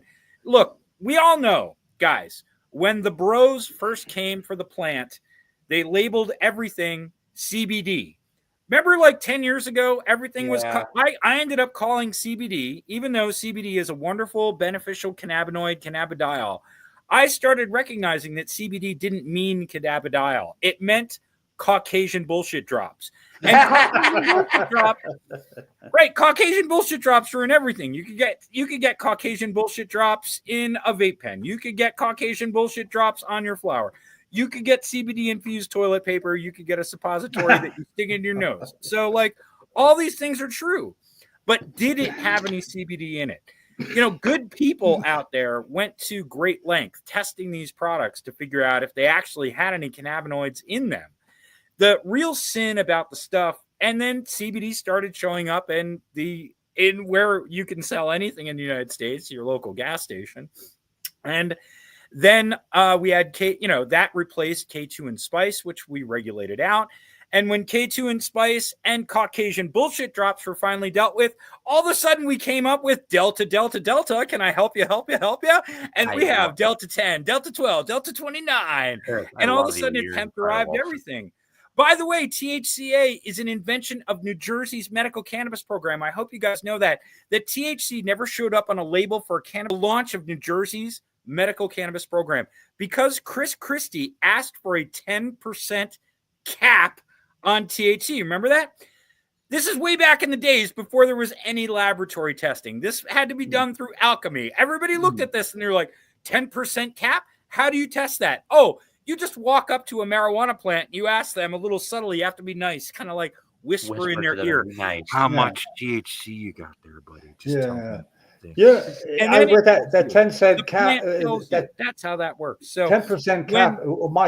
My problem with that is, I wanted to know how complex was the math that they went through to arrive at that being a proper number. 10. Jim, 10. Jim, this is Chris Christie's Let's make it. Let's make it 10. They It's asked the same that. math that goes into closing down a You bridge know. for traffic safety. You know They what I should- mean? they- So they- come on. they- It's the same amount of math that's involved in how much space you need to reside on a beach alone as a governor. Yeah, it is the calculation that goes into the weight of a lawn chair not collapsing under the weight of Chris Christie, however. So there has to be a Well, that'd mathematician be more than because the scale of average lawn chair will collapse under my butt. You know what I mean? Yeah. So Yeah. anyway, Can you please so do like THCA a Neil deGrasse Tyson where you present on YouTube like that Yeah, theory and that- like that whole layout of that? It's Wait. just like today we're going to explore the physics and math. yes, through Chris Christie's Well, ass. That's ass that math. that That's picture- what we'll call it. How We'll about call it ass math. what was there And- for? What was there? Do you know what today is? Yeah. Actually, you know, since I know you're Lefty, I know you're somewhat religious and sort of like Christian adjacent. So I'm gonna put this out there that the day that Jesus rode in on the donkey, you know, and they call it Palm Sunday in most Christian places where they lay the palms down and they call it Palm Sunday. But for a long time, they called it the Festival of the Ass, which in the pre-OnlyFans era probably meant a donkey. But today, if you go out on the streets and you say, come on down to the church, today is the Festival of the Ass. People are not going to think about Palm the Sunday. I don't know. I mean, Mary was a prostitute. The festive. No, the Mary festival. Magdalene was a prostitute. Yeah, Mary Let's bring that herself- back. No, Let's bring Mary that was not a prostitute. Mary is a very interesting character in her own right. If you read the Gnostic Gospels are like Mary as a superhero. Mary is a magical superhero who uses her breast milk to heal people. Never read the Gnostic Gospels unless you really want to screw yourself up. That's incredible. Okay, I love that. I That's won't. awesome. I'll take I am your 100% advice. not kidding about the Gospel I'm of telling Mary. my best friend about that immediately. I'm You calling her. I'm like, absolutely- yo, yeah, did you know yes. in the Gnostic Bible, Mary magical healed breast people milk. with her You breast have to milk? understand. You have to understand that Jesus was on the run. Mary, Jesus, and Joseph were on the run. Herod was splitting the children. You remember that whole killing all the firstborn thing? So they were on the run. What did they do to survive? Well, apparently Mary and Joseph used magic tricks to have robber barons and pirates ferret them away around the Mediterranean. Not kidding. That's what's in the Gnostic Gospel of Mary. Again, breast milk magical healing also in there. So, you know, have some fun. Back to what I was saying about the THCA. Now that I've really blown your mind with the Gnostic I Gospel. feel like But there could be a movie written about the Gnostic Bible. I have no look, I am telling you that there is a graphic novel and Netflix series on, if you wanted to just do like, seriously, if you wanted to bring it, if you wanted to do the Gnostic Gospels as a movie script, it would be totally modern fun. But I mean, really, Koran would be a lot of fun too. I mean, but you can't do that as a movie. The guy who, One of those things. what's his name, who did the Transformers movies? It just happened. Michael Bay. Yes, the Michael Bay presents the version, yes. Gnostic Bible. Michael Bay. Or who did Kill Bill? Who did Kill Bill? Quentin Tarantino? No, that would be much better with the magical powers and everything. Oh, and you just have Jesus running in on like an old timey car. Oh, I have to say the Gnostic Gospels read as modern fiction. They're a lot of fun. But so THCA, talking about modern fiction, when Chris Christie invented an arbitrary 10% cap on THCA, which is pretty much like, I don't know, like he really saw himself as the czar of cannabis, that the governor had immense power, and he did at the time to rewrite the regulations sort of through his office. And he insisted on the 10% cap on THC. And a lot of people scratched their head, how are we going to pull this off? So all of a sudden, when the first dispensary opened and the first labeled products came out, we were using, by the way, the state police forensics lab to give us the THC numbers at the time. I remember that. Yep. So, like, we trust that. And How to Fix a Drug Scandal, hashtag. But another great movie everyone should watch. Almost as good as the Gnostic Gospel is How to Fix a Drug Scandal. But THCA was on the label, and everybody's like, what is THCA? And we looked at the label, and we're like, oh, man, this is how they figured out their way around the regs. THC was labeled at 3%. THCA was labeled at 14%. And everybody realized that this is how the medical cannabis in New Jersey would be labeled. And That's where THCA came from.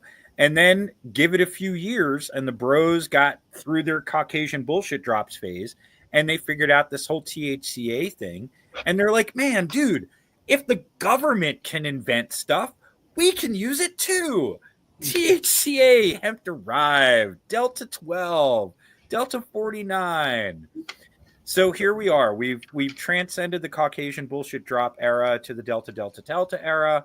And everybody spent their time this year trying to regulate restrictions on gas station hemp this year, instead of, as you point out, Jim, having a hearing on a home grow bill.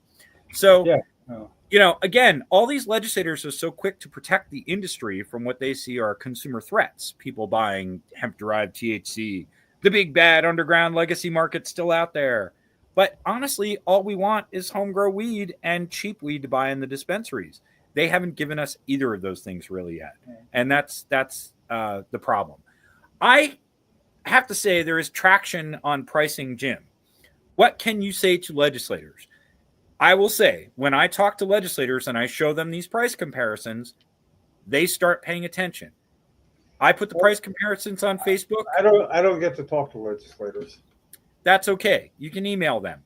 But I'm saying, I got email trails you wouldn't believe emailing. And that's fine. And they do know that they do tell a story, but they don't seem to count. Jim, I'm saying it rhetorically. Yeah.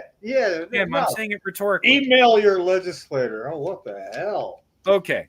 Well, that's fine. I'm saying that legislators will pay attention to the numbers. They are dingable on consumer affordability.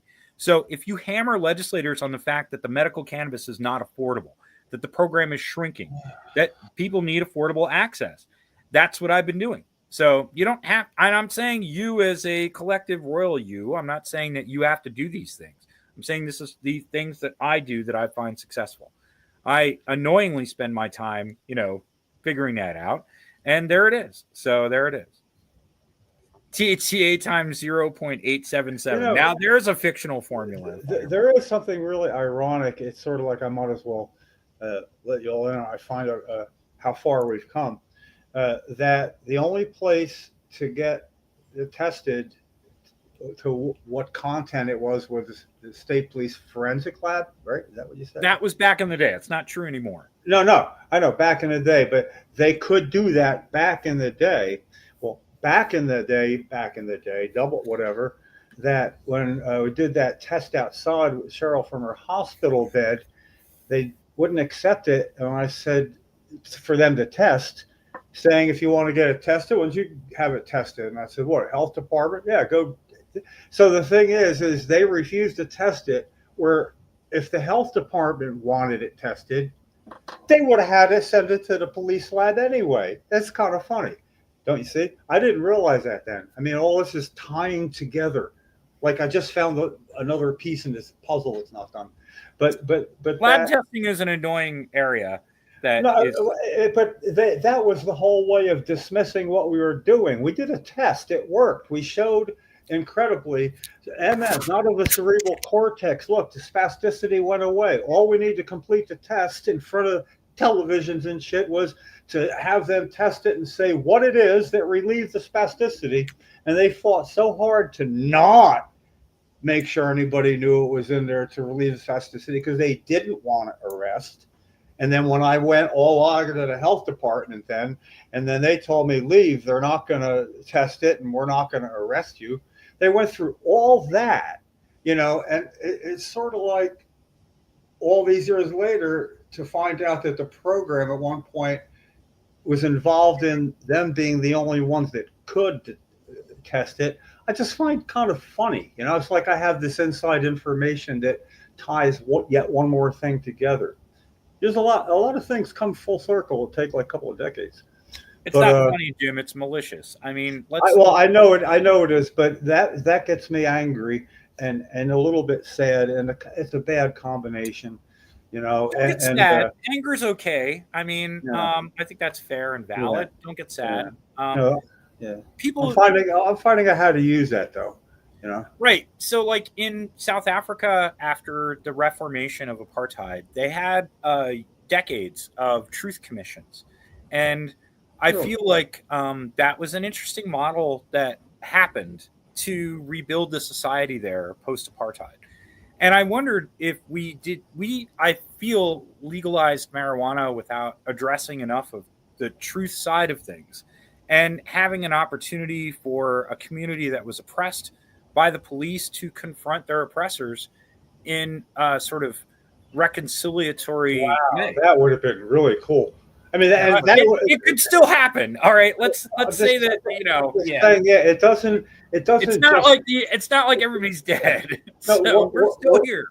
Yeah, but the blending of it. I mean, right in the beginning, Lefty being the one to try to make sure police stations knew what the hell they to do now. We made this big change without any pathway to, what do you call it? A halfway house in between, something to smooth out this abrupt 90-degree turn.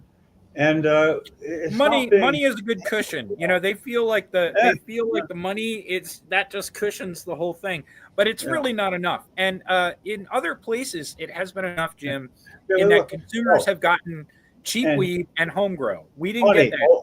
Only in New Jersey that the Division of Taxation, or whatever it's called, New Jersey, they look over and occasionally announce feelings on bills that have anything to do with taxation. And one was where they were for, on their thing, you could look it right up. Oh, a big green check mark on this bill that would remove the sales tax for medical cannabis. So they didn't want, the Division of Taxation didn't want that taxed. They didn't want it taxed. And yet, when we decided we had to let go of that rope, hey, let's phase it out, because this is money that we can keep from getting to patients right now, thereby, in other words, if we keep 2%, that's 2% medicine they don't get. If they run out of medicine, theoretically, 2% sooner because of that. And it was all without regard to patients at all. I mean, not just not regard, disregard. There's a difference. The not regard, maybe not even thinking about it. But it was with active disregard to patients, and that kind of pisses me off. See how good I'm getting? I'm just sitting here saying, "Hey, that kind of pisses me off." I'm practicing. I'm doing a lot of introspection. I'm trying to rein certain things in, and I do this by watching how other people handle conversations, and people I don't agree with, especially. And I hate when somebody I don't agree with, have no connection to them. And I watch because I want to learn. I mean, you can find anything on YouTube. It's like when I disagree with people and a person, and they are better at what they do than I am at what I do, and I fucking hate that, because some people that I disagree with are so good at what they do. I get to deal with dipshits here in New Jersey, but there are people that I can learn from, style points wise. One is, I got to get better at doing this while somebody's talking. So I have to point out real quick, guys, the news this week was the $1 billion worth of sales. Oh yeah, what about that? Right? Yeah. So what do you think they are saying that state? What's the state end of that? Do you know? The what? Well, okay, $1 billion of sales. What is the Treasury of New Jersey? What's their end on that? Or okay, I'm looking at it right now. Relativity, So out of the $1 billion of sales that they note, 789,800,000 was recreational sales. That generated tax revenue of $43,290,543. So the other part of sales, so the other roughly $220 million worth of sales was medical sales. So that's of note to this call, in that would be roughly, a quarter of the recreational sales. Yeah. So that's interesting. The best day of sales, they said, was Thanksgiving, where they sold $6 million out of all the dispensaries in a single day. Yeah. That's not a huge amount of sales. That runs like roughly 18. How many patients? What, 70,000 patients or something like that? 66,000. And maybe what a million adults using dispensaries or whatever. I'm just looking at the amount used. It seems like it's disproportionately more coming out of dispensaries than I would have thought. You follow me? Like the It's numbers. expensive. I mean, I think No, that also hints at the there's expense. a million. So- There's 70,000 patients, a million adults. That's a 12-to-1 ratio. So the ratio of money that they're Well, you don't have to be an adult to be a selling- patient. So On just that wonder- note, I have to Yeah. honk out, guys. Chris? I've been enlightened by listening to you. It's a pleasure to talk to you. You are Likewise. a wellspring of information on clearly around the world, and I hope I get to talk to you again. Guys, take it's it fun easy. reading the Gnostic Gospels. I gotta go check that out. Yeah, I gotta check that out right away. Lefty, I will see you Saturday. Shoot me more details about that. All right. Take it easy. Catch you guys later, guys. Oh, and you know that thing that was the festival of The jackass? Festival of the Ass. Yeah, The but Festival when of you the did that- Ass. But I was thinking festival for the rest of us, Oh my God.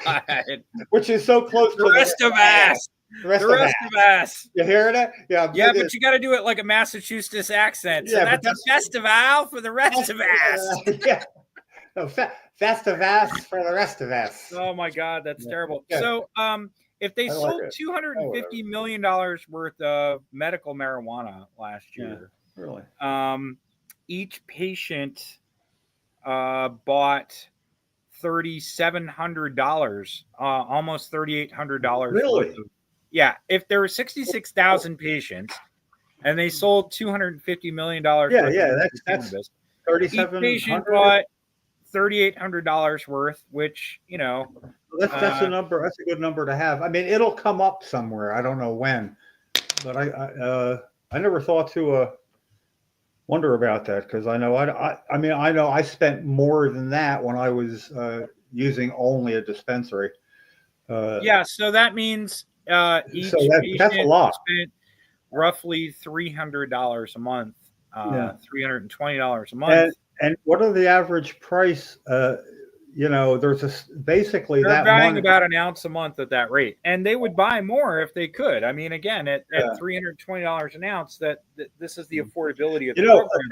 in the Blame it- beginning. oh my God, geez, Lefty, he's commenting on the Festival of the Ass right there. So that's the Festival of the Ass dessert menu. Would you go to that? You go to that store next you're door. muted, Lefty. So if you're talking, you're just talking to the Flaming Anus and not to us. Just FYI. This I was is a wondering. chocolate bar that has, it's super hot, and they're going to give you some weed. If you can eat this entire chocolate bar on the podcast, they'll give you some weed. I don't know how much weed, but you're going to get some weed. No take. No take. No take the bet on that one, my friend. Yeah. Shit, I wouldn't even enter a pie eating contest because that all get. Wow. But that, holy crap! That's impressive. But what's the what? Why? What is it for? Is it The Ring of Fire. I mean, do people like that, Ring or of is there a Fire. market for that? The Ring of Fire. Yeah, it's just there is a market, Jim, for masochistic hot eating of things. Yeah, And, okay, that you is know. part of it. Oh, The Ring of Fire candy bar. Nope, oh not man, really. yeah, really. Well, that's gonna hurt coming out too. Yeah, so they're saying that the best day was a $6 million day across 190 dispensaries. Let's see what that. So on Thanksgiving Day last year, there was roughly. I love statistics like this. I really do. All right, so they're saying that they had a $6 million day. Uh-huh. That's a $6 million day. That's the best day that they had. So it's not a $6 million day every day. No, but that's. Let's say there was 150 dispensaries open that day. They did $40,000 worth of sales per dispensary. That's not a ton. I mean, if No, you it isn't. divide that by 300, that's only 130 people who bought an ounce of weed that day. I know. So something- that's not a. I mean, again, I don't see people. Look, you were saying that there's a million. There's 8 million residents, 8.5 million residents in New Jersey. You're saying there's about 1 million adults, right? No, I mean, yeah, that smoke or would purchase. I believe mean, that there's about 1 million adult consumers in New Jersey. I agree with that. individual, yeah. So every day there's 1 million people who wake up looking to buy some weed in the state of New Jersey. And Yeah. now think about that, Jim. If there was only 20,000, let's look at that. Let's look at how many dealers there would need to be, because I get this question a lot. People are like, "Oh my God, Chris, 190 permits. Don't you think that's enough? How many do we possibly need?" I'm like, we have 1 million cannabis consumers. 190, it isn't even drop in the bucket for service. You know what I mean? I do. Come on. So let's say we got 1 million consumers. And have you ever stood in line at your dealer's house? I mean, have you ever walked up to your dealer's house and been like, damn, I got to wait in the car because there's a fucking line at Johnny's? No, it never happened to me, dude. Never, ever was there a line. Half the time, Johnny wasn't home half the time. Or Jenny. And there's 1 million people. Think about that. There's 1 million people out there. Now, if there was only 190 people, let's say 200, let's be generous. Let's say that there was only 200 people in the entire state of New Jersey who could sell you marijuana. That would mean that 5,000 people a day would have to go through each of those locations. Now, have you ever gone to your dealer's house and seen 5,000 other people looking to buy some weed? Never. That means there's way more than 200 people out there trying to sell weed in a day. I would say, since there's no line, I would say the number of part-time weed dealers in New Jersey, I'm just going to take a guess. Let's say 1 million. Since there's no line, divided by 150,000. They see about 6 to 10 people a day, right? So there's about 100,000 people in New Jersey dealing weed right now today. And I can tell you that because, look, we all have some weed and none of us stood in line. It's an amazing system. It is the most efficient underground capitalist economy in America. The legacy cannabis market. Efficient, well-running every day. And the truth is, until we get, probably at least 10,000 regulated dispensaries out there, and with associated cool things to do, like a lounge and stuff like that, it won't even compete with the efficiency of the legacy market. And it, hemp-derived gas station CBD, if they're selling whatever out there, I assume after they regulate the Delta hemp, there will be something else, because K2 Spice was a completely chemical product that filled that same space at gas stations, and that was a mother to really get out of gas stations. And my suspicion is that a lot of the stuff that's labeled as Delta this, Delta that, CBD is in the same line. It's basically a chemical covered product. It's not really derived from anything. So, we're in a tough spot for this. This year, I am not going to let the damn legislature get away with saying that they're regulating hemp. They should get out there and regulate the goddamn gas stations. If they can't regulate gas stations, what the hell is this country getting to? Okay? So I'm going to start pointing out the folly of all this and the fact that I have spent my entire drug policy career dealing with bullshit things they're regulating that are sold in gas stations. They don't have a drug problem in New Jersey. They've got a gas station problem in New Jersey. All right? And you and I swear, either I'm going to teach the legislature through good words, or we're going to buy a gas station and sell everything out of it. It's going to be Flaming Atis, Delta, Delta, Delta all day right there. So, if it would help me, anything I can do to help, or just lend my name to, this is awesome idea. we're calling it Miller's Service if we buy the gas station. That's for sure. Yeah, I just think we're gonna put you in like white overalls and you can go clean windows all day, man. We'll have a whole setup. We're gonna sing while we do it. It's gonna be like a 1950s style. You know what I mean? We should do it in Hainsport. We should take over that little gas station right on Martin Highway. It'd be the perfect for this. I'm not sure. I could be wrong. I think Weedman used to work there way back when, the 18. That'd be funny. He'd be one to fund this. No, I forget what. It was somewhere around there, and I'm almost positive it was at that station. We should tell Ed if the restaurant's not working out, he should sell the Trenton location, just invest in a gas station, because clearly you can sell whatever you want there. So, really, he should just he should just put some pumps in right there on State Street. If you put a pump in front of the restaurant, and a big sign, gas pumps being repaired. Gas station. It's clearly stop messing around with all this cannabis regulations. Clearly, the Wild West of regulations in New Jersey is the gas station. Gas pumps that don't work, put up some under repair signs, Yeah, you don't even need a tank. You just need the pump. You need the appearance of a gas station. Exactly, and then you can sell whatever you want. Well, guys, on that note, I have to let you go. I have to make dinner for my aunt here. You guys have fun. I hope to make it up to your studio location and film with you in person here at some point. Yeah, you got to do that, man. That would be a good look. So I'm strongly considering creating a kind of a cannabis consumers alliance this year in New Jersey that is specific to getting prices down and working on home grow. So that's really what I'm working on a little bit next. Didn't that already happen? This is happening Saturday. If you're a free Saturday in Newark, New Jersey. Oh, it's on the 11th. On the 11th, 51 Austin Street, 1 o'clock till 5. It's the Takeoff Lounge, Underground Legacy to Legal Forum. And where's it at again? I'm sorry. You have to say it twice. 51. I'm doing your radio producer thing. 51 Austin Street. Yeah, 51 Austin Street. Come out to 51 Austin Street, Newark, New Jersey. Newark, New Jersey. There you go.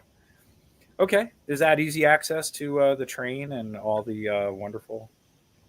Yes, important to know. I was asking that. That's good to know. I don't know. Okay. I'll find out. Yes, because driving into Newark is something that most New Jersey residents try and avoid. So not going to happen. Taking the train into Newark is another thing, though. I'll take the train up there. Yeah. So. Yeah, I might Uber from Bayonne. We'll see. Yeah, Tom. Now, aren't you hoity-toity? You taking Uber Black now? Is that what you're rolling? You're rolling the chair into the Uber Black? The big Chris Christie vehicle. What's that? Remember when Chris Christie used to pull up at the State House in those big black vans? Was it Durango? Yeah. Suburbans. They had Suburbans. Suburbans. Same one that Cory Booker pulled up in for you there. That's what they use for all the state transport. So I miss those days. You miss the days of having them come up and say hi. That's true. It's funny. They're just not as personable anymore. It used to be, they see on social media. Now the billionaires bought all the social media, and they don't even show up in their Suburbans anymore. That's what politics is all about. Yeah. We'll see what happens. The other thing I was going to talk to you guys about is Schedule 3, but we don't have to talk about that too much. I see little hope in the DEA doing anything. It is sort of a treadmill under the law. So it's funny. I think that the angle of accusing them of being against rescheduling is interesting, because clearly they are. But why they're against rescheduling, I think, is going to disappoint an answer. They are compelled, quite literally. The law compels them to act the way that they do, and they can fall upon that pretty easily. So I'm not sure that, I consider any argument towards Schedule 3 kind of a waste of time anyway. So I'm nonplussed by the Schedule 3 hearings. I would be more impressed if they actually kept a schedule for themselves, so to speak, meaning when they say, okay, we're going to take that under advisement, set a fucking date, because there's never a time limit. And back in the day, there was actually just short of 2 years of just not answering, not doing anything. What are you going to do? There's no mechanisms. I mean, and by the time they start, okay, we'll have a hearing. It's a sham. So like the whole, it's ironic, that they won't have a schedule to keep for dealing with scheduling. Well, Jim, the run out the clock thing has been part of the administrative law process with the DEA. Outrun your mistakes. Yeah. I cannot, it's super annoying, and I wish I could say it's completely unique in government, but it's not. So I have to take it into context of a lot of other government BS at the same time. And when it comes to this issue, like we were talking about the reconciliation before, the idea that DA is a malicious actor in this is obvious. You know what I mean? Yeah, it I is. don't think that you need to wonder. Yeah, And I but don't think but the government shouldn't wonder either. But they are under pressure to show why they're being malicious, and this time they are being put under pressure to show at least a legal reason. I got to say one thing. I guess I really what I love about a Zoom meeting like this, it's like I'm looking right at you, and I'm realizing where exactly you're coming from, and it's almost it's that Now you're pain. realizing how much Hold little on. hair No, I no, had. no. Pain, anger, sort of. But I'm looking at you, and I wondered, should I feel guilty about being happy that he feels like that? Because I know Chris, and this guarantees he's going to get some shit done in this direction. So I'm so happy to see what it wasn't like, yes, Jim, I am highly motivated. I'm looking and I'm picking all that up. And it was like, if it was a poker hand, I knew your hand, man. I'd have kicked your shit in a poker tournament if I could. If you were playing poker, you didn't have a poker face on, dude, and it was good to see. Not Really? trying to not. I'm trying to be more But transparent. I'm like, good. He feels like shit about it. Fuck yeah. I'm trying to sound more transparent than state government most of the time, at least. So Yeah, but so that's good. Hey, if there's anything I can do to help, I will. And if you ever want to say, Jim, I got a big joint, you're 10 minutes away. Why don't you stop over and we'll talk about it? Yeah, that'd be good too. you got it. Did you know Dan Colleen's neighbor passed away? He was a nice guy. Really? Dan lived down in a little house down there. If you ever went down to Colleen's down there. Oh, well, I'm out there all the time. I know Dan. I don't remember him though, from back when he was there. Yeah, he was a guy who lived in a house down there. He was sort of like a Hainsport local. He passed away when we went to the funeral home there in Mount Holly for him. Oh, yeah, that we're real familiar with that. Yeah. But I mean, it's funny. It's funny. I feel at times like that, I see a guy like that, and everybody, his sons, everybody around him, me included. Dan had nothing but the kindest of words for everybody, and that takes major effort because that is not me. I don't have the kindest of words for everybody. Talk to me about some of the people in politics, and I don't have the kindest of words for some folks. And it reminded me to try a little harder on that this year. Yeah. And in the past, again, people fault me for this a lot. They're like, "Oh, Chris, you don't get mad enough. You're like Quaker. You're too peaceful. You're not cutthroat enough sometimes." But I have to say, in my own politics, I don't want to participate in that kind of politics. I've made conscious decisions to not play that level, and that has kept me out of some politics in that regard. But I stand clear totally, except for what it has to do with the legislature in New Jersey and can't steer clear. I still clear all the rest. A certain way. Yeah, Jim, you play by your own rules, and I think that you can play civics by your own rules. You can be involved. You can influence legislation. You can influence politics and policy. But you don't have to be an elected or appointed official. You don't have to take tax dollars into your own wallet. And you don't have to be on the grift in one way or another. So consider that I ran for the state Senate because neither candidate supported medical cannabis. So I ran and couldn't be deterred. No matter who I talked to, they would not get me to talk about something that had nothing to do. One time I set them up and I came right back. But it was like the percent that I got, 4.38 something, a little less than 5%, was 5% that I had one issue.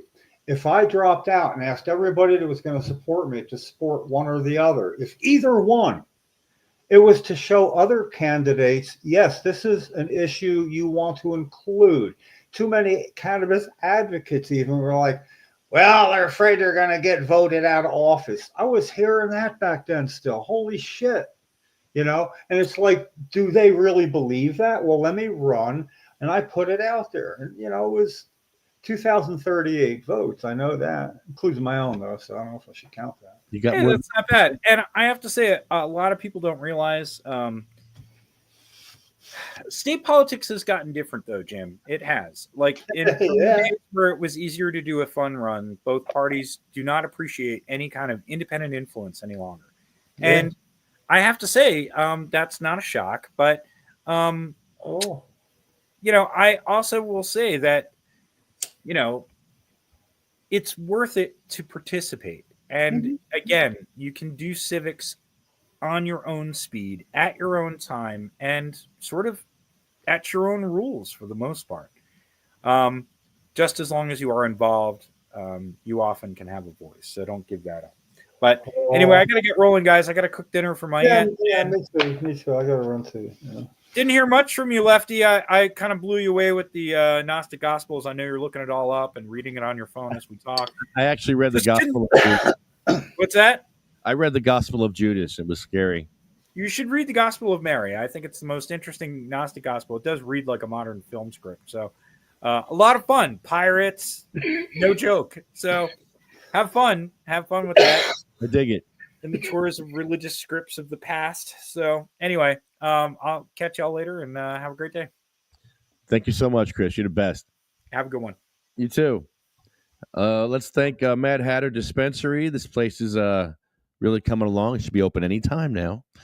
CMMNJ, UFCW, Local 152, Arlo Glass, OprahMachine.com, and SativaCross.org, where you can donate $1 or 100 Or 100. or $1 billion. Yeah. Or if you're on Facebook, you could have a birthday fundraiser. It's sort of like you just say a 501c3, Sativa Cross. Yeah, look it up. It's in there. Yeah, and I've done it my last 2 birthdays. It doesn't get a lot. I think it was 230 and 75 or something like that. Not a lot, but it's that easy. I'm just saying. You can do it a week before your birthday. Hey, my birthday's coming up, so maybe I'll do that. Maybe Maybe I'll do that too. Maybe nothing. February When is that, by the way? When is your birthday? 8th. So yeah, I'm gonna. Okay. All right, February. When it turns February, something's gonna click. Oh, wait. February. Yeah, Lefty's birthday.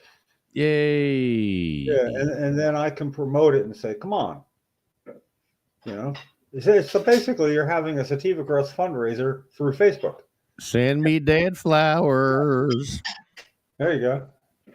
Don't forget to put roses. All right, man. Good. Are you ready to get sad? Are you ready to feel like crap? Are you feeling mad? No, I'm sad. Are you feeling mad? No. I don't like being angry or sad or that combination either. I don't like that combination.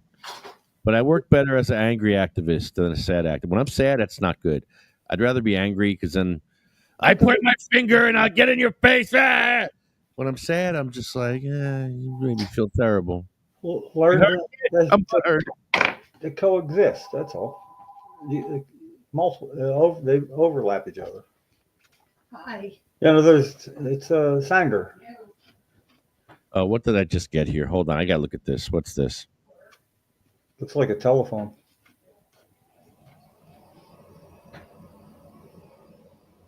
And a big giant head. Oh, this is great. Somebody oh, wow. This is great. You just got a donation? I need to join this group. What's that? Oh, Edison, New Jersey. Join the group. Yes. Oh.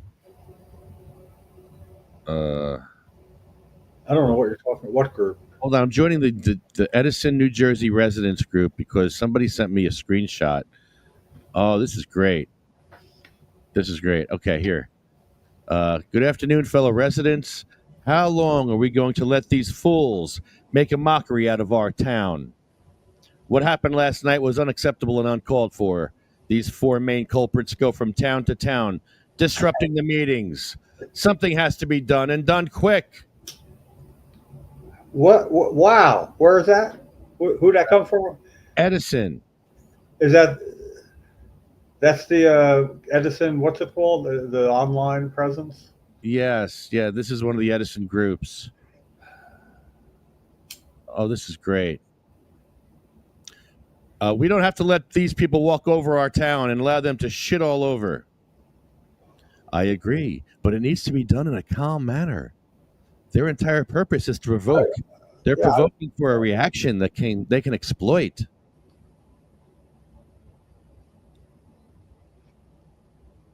Wow. Well, thing is, the laws allow you to do that, but the thing is, you want to have the conversation first. The whole point of going is because there's refusing to engage otherwise. Basically, would you settle for meeting with the main culprits personally between meetings and then stay away from the meeting?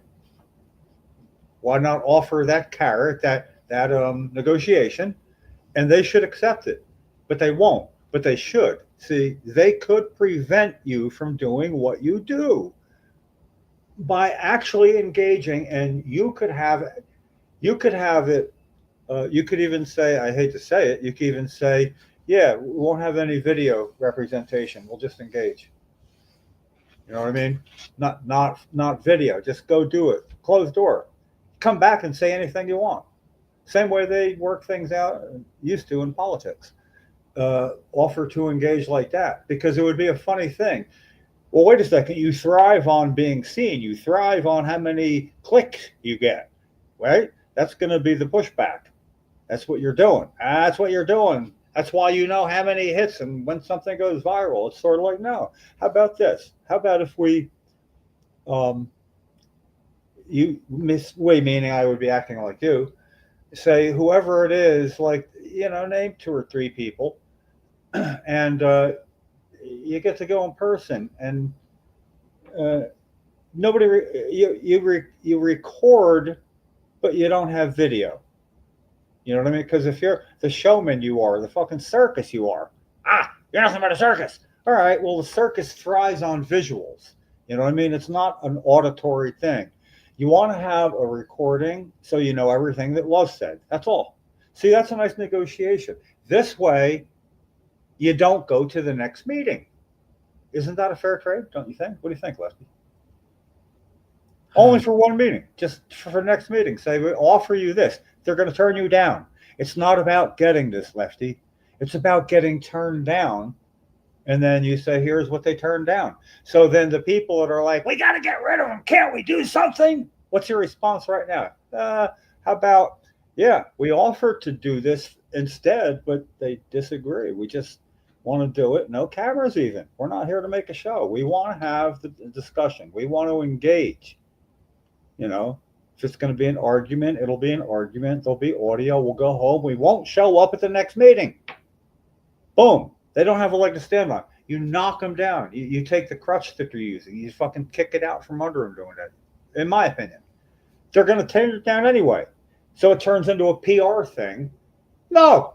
Hey, we're not a circus. We offer to do this. They turned it down. Every time somebody says, we got to do something. We offered something to do. Your people turned it down. Don't give me shit. You go give them shit for not having the discussion and having an audio we could all be just talking about rather than at a meeting. You're the only ones with a suggestion to keep yourselves away, which is for them to deal with you, recording, vocal, but not video, because you're giving up your right to be a circus. I like it. I think I'm onto something. I'm glad I got that out there.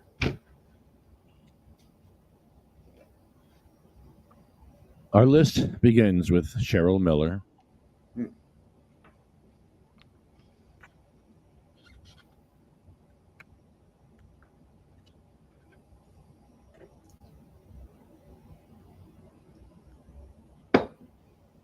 Sabina Rose. Diane. Gracie. Cindy May. Marie from Cancer in Pennsylvania. It's Ryan Hollingsworth's poem. Jack Joan Ford wrote the book on epilepsy. Randy Robertson from Pennsylvania had the Whipple procedure before they would give him oil. Holly Connolly, Bill Buckman, great attorney. Chad, Jeremy, Joanne's husband. Colette, Matt, Troy, Russ Perry, Roger Barber, great attorney. Jay Orletto. Who you want to roll with? That's Jay.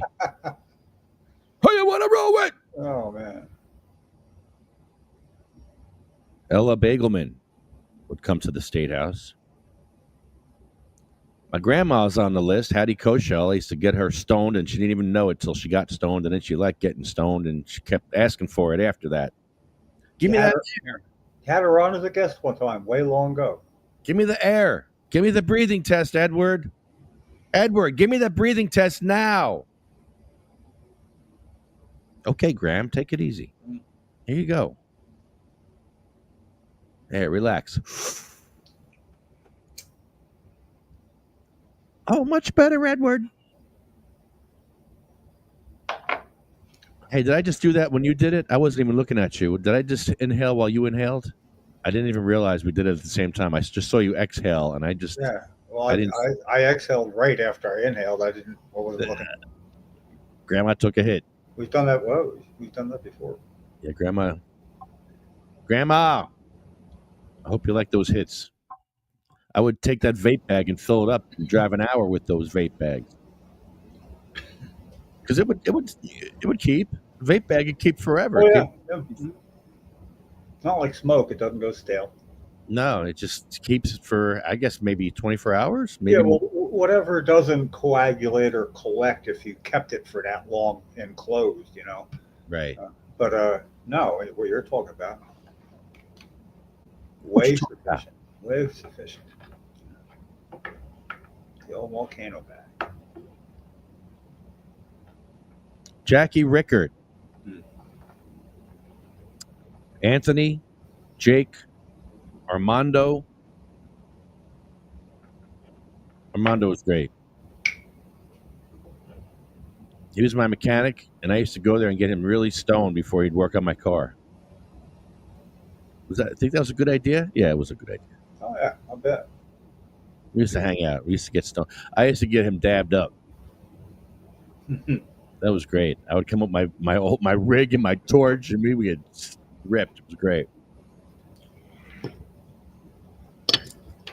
He had tailbone cancer. I never heard of tailbone cancer before, but that's what he died from, tailbone cancer. Felicia, Lynn, Dan, Sean, Joyce, Lori, Frank, Brian Kuprian, Flo, Carl, Thorne Peters,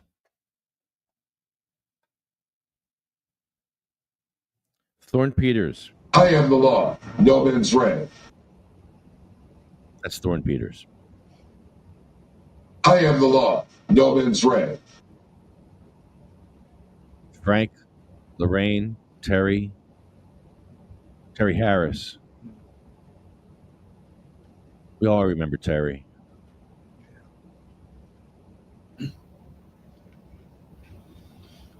His sweetheart.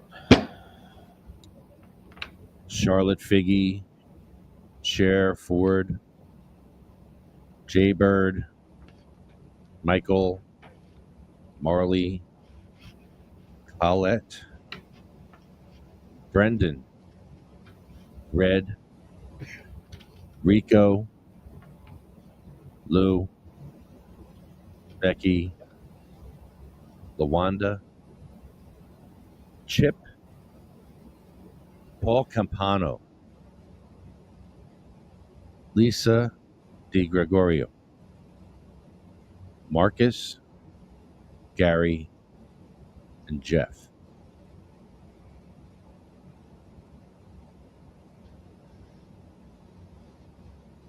We've been around some good company in our time doing this. You know that?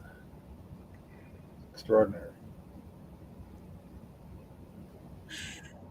So we need to get the numbers from Chris on there's 66,000 patients. How many die every year? Yeah. What's the mortality rate? I need to know. I need these numbers that they used Yeah, to get. it's the kind of thing that it shouldn't level up to a fight for it. It's we deserve that.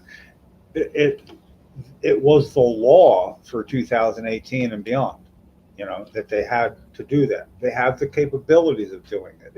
It's not like they're asking a guy to spend a lot of time doing anything. It's all done at a keypad thing. You know, they have the ability to do it. They're just not being made to do it. Somebody should just quit. Okay, I'll order them to do it. Who would that be? I mean, one per, the Commissioner of Health.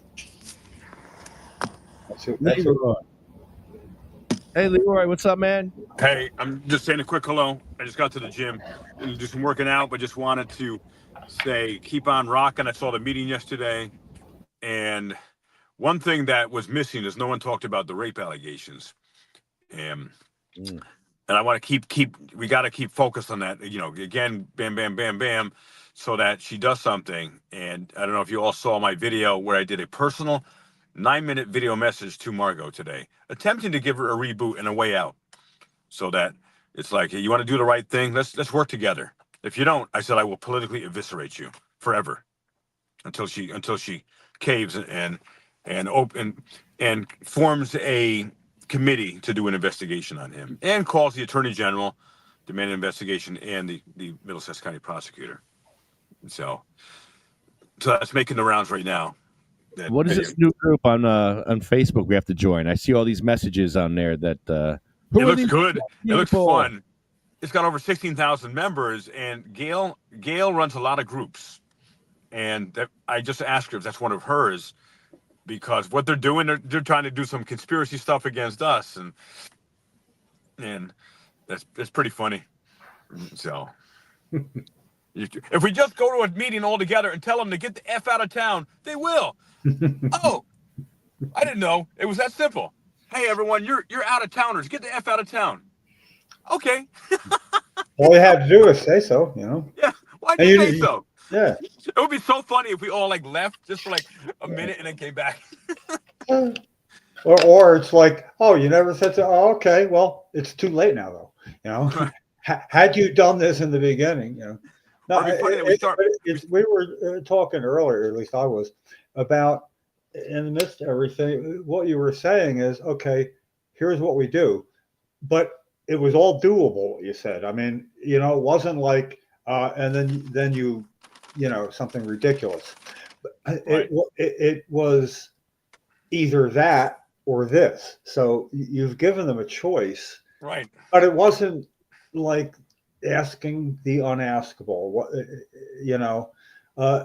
Because it's a lot about perception, and you need that perception out there. No, I don't need to be doing this. I really don't. Here's what they said no to, and it's.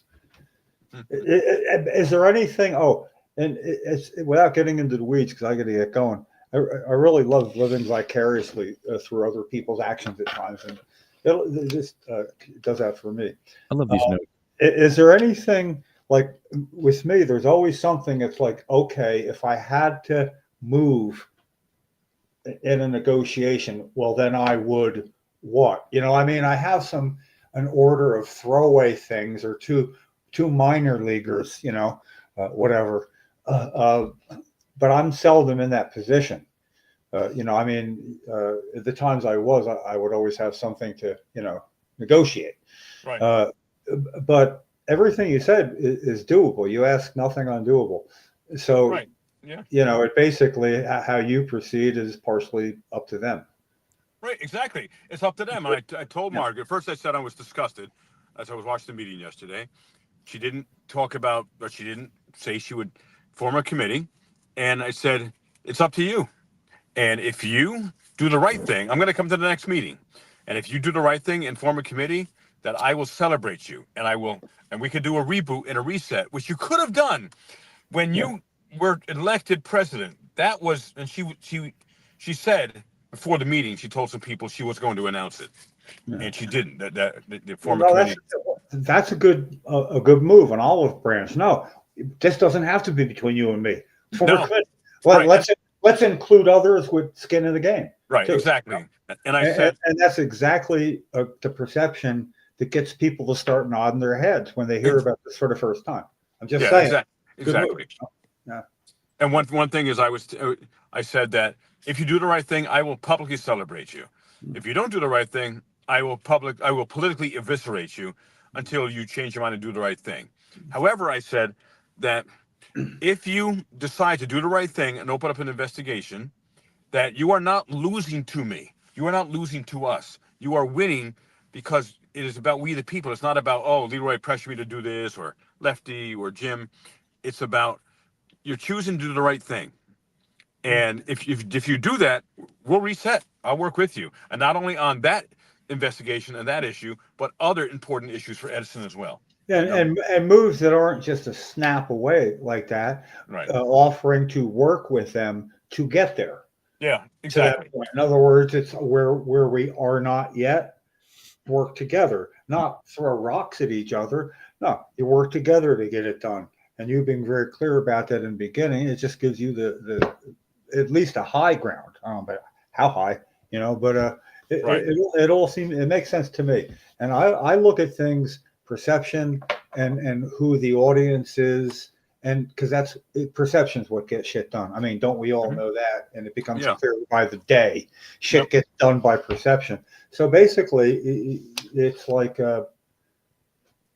it's all doable. We're good. And I think it's nice that you will always have that when somebody says, "Why did you?" or "Why didn't you?" It's like it comes back to it didn't have to be this way. And and even then, figure this to be something that isn't going to stop here. It's like a tug of war. Come on, I'm dragging you towards the mud pit. It's going to happen. Tell you what, you don't even have to let go. We'll just stop and then we'll deal with it. Right. You could stop. I don't know. I like it. And I told her she doesn't lose she's not caving in. She's making the right choice for the alleged survivor of the rape. She's gaining more information that's not from an echo chamber. It would be from a committee. In other words, she could work with a committee where it's not just, here's what I heard. Oh, yeah, where did you hear it? She'd have to be involved with that sort of thing, Right. And it seems more legitimate, and that is how things are done, by committee. Everybody knows that. Yep. So I got to roll, but before I go, this is in light of the allegations against Mayor Sam Joshi. So I have a blue glove here. I'll put on here, and I think you got to snap it. All right, and Joshi cough. And so I may start wearing blue gloves when I speak, just because of Mayor Joshi and the allegations against him. And maybe he wanted to be a what do you call that? A prostate exam guy. Proctologist, A proctologist. Okay. When you do it, a lot of the perception part, make sure you practice putting a glove on and snapping it when you're done. Snap. It's in all the comedy things in movies. Yeah. All right, gentlemen, I got to run. Good to see you, Lefty, as always. Make sure to check that video out if you haven't watched it. And I will. I'm just gonna look at these anonymous. The anonymous person says, "How long are we gonna let these fools make a mockery out of our town? We have to do something about this. Like, what are you gonna do?" Right, we're gonna tell them to get the F out, and that'll work. Of course. Leroy's trying to do something about it here. What about the committee? The question is, what are we gonna do? Okay, here's what we're gonna do. We're gonna have a committee, and we'll figure it out, and that'll tone it down from the beginning, probably. Right. They just have to. They have to stop doing dumb shit like Margot again, another unforced error. Only Edison residents can speak first, and then the outsiders can speak after. No. Don't they have an attorney where she could say, "Here's what I'm about to say"? Yeah. I No, mean, they got the wrong attorney. The attorney said, "Yeah, hey, Yeah, let's give them all." yeah. Before any public speaks, the attorney may say allegedly, Yeah. "We got to give them proctology exams first before they can speak." That's what we can do. That's what Joshi wants, apparently. Oh well. All right, gentlemen, I got to roll. God bless you. All right, back at God bless you, bro. Okay. Jim, thank yeah. you. Good. It's We're out cathartic. of here. They went with songs to the battle. They were young, straight of limb, true of eye, steady and aglow. They were staunch to the end against odds uncounted. They fell with their faces to the foe. They shall grow not old, as we that are left grow old. Age shall not worry them, years condemn. At the going down of the sun and in the morning, we will remember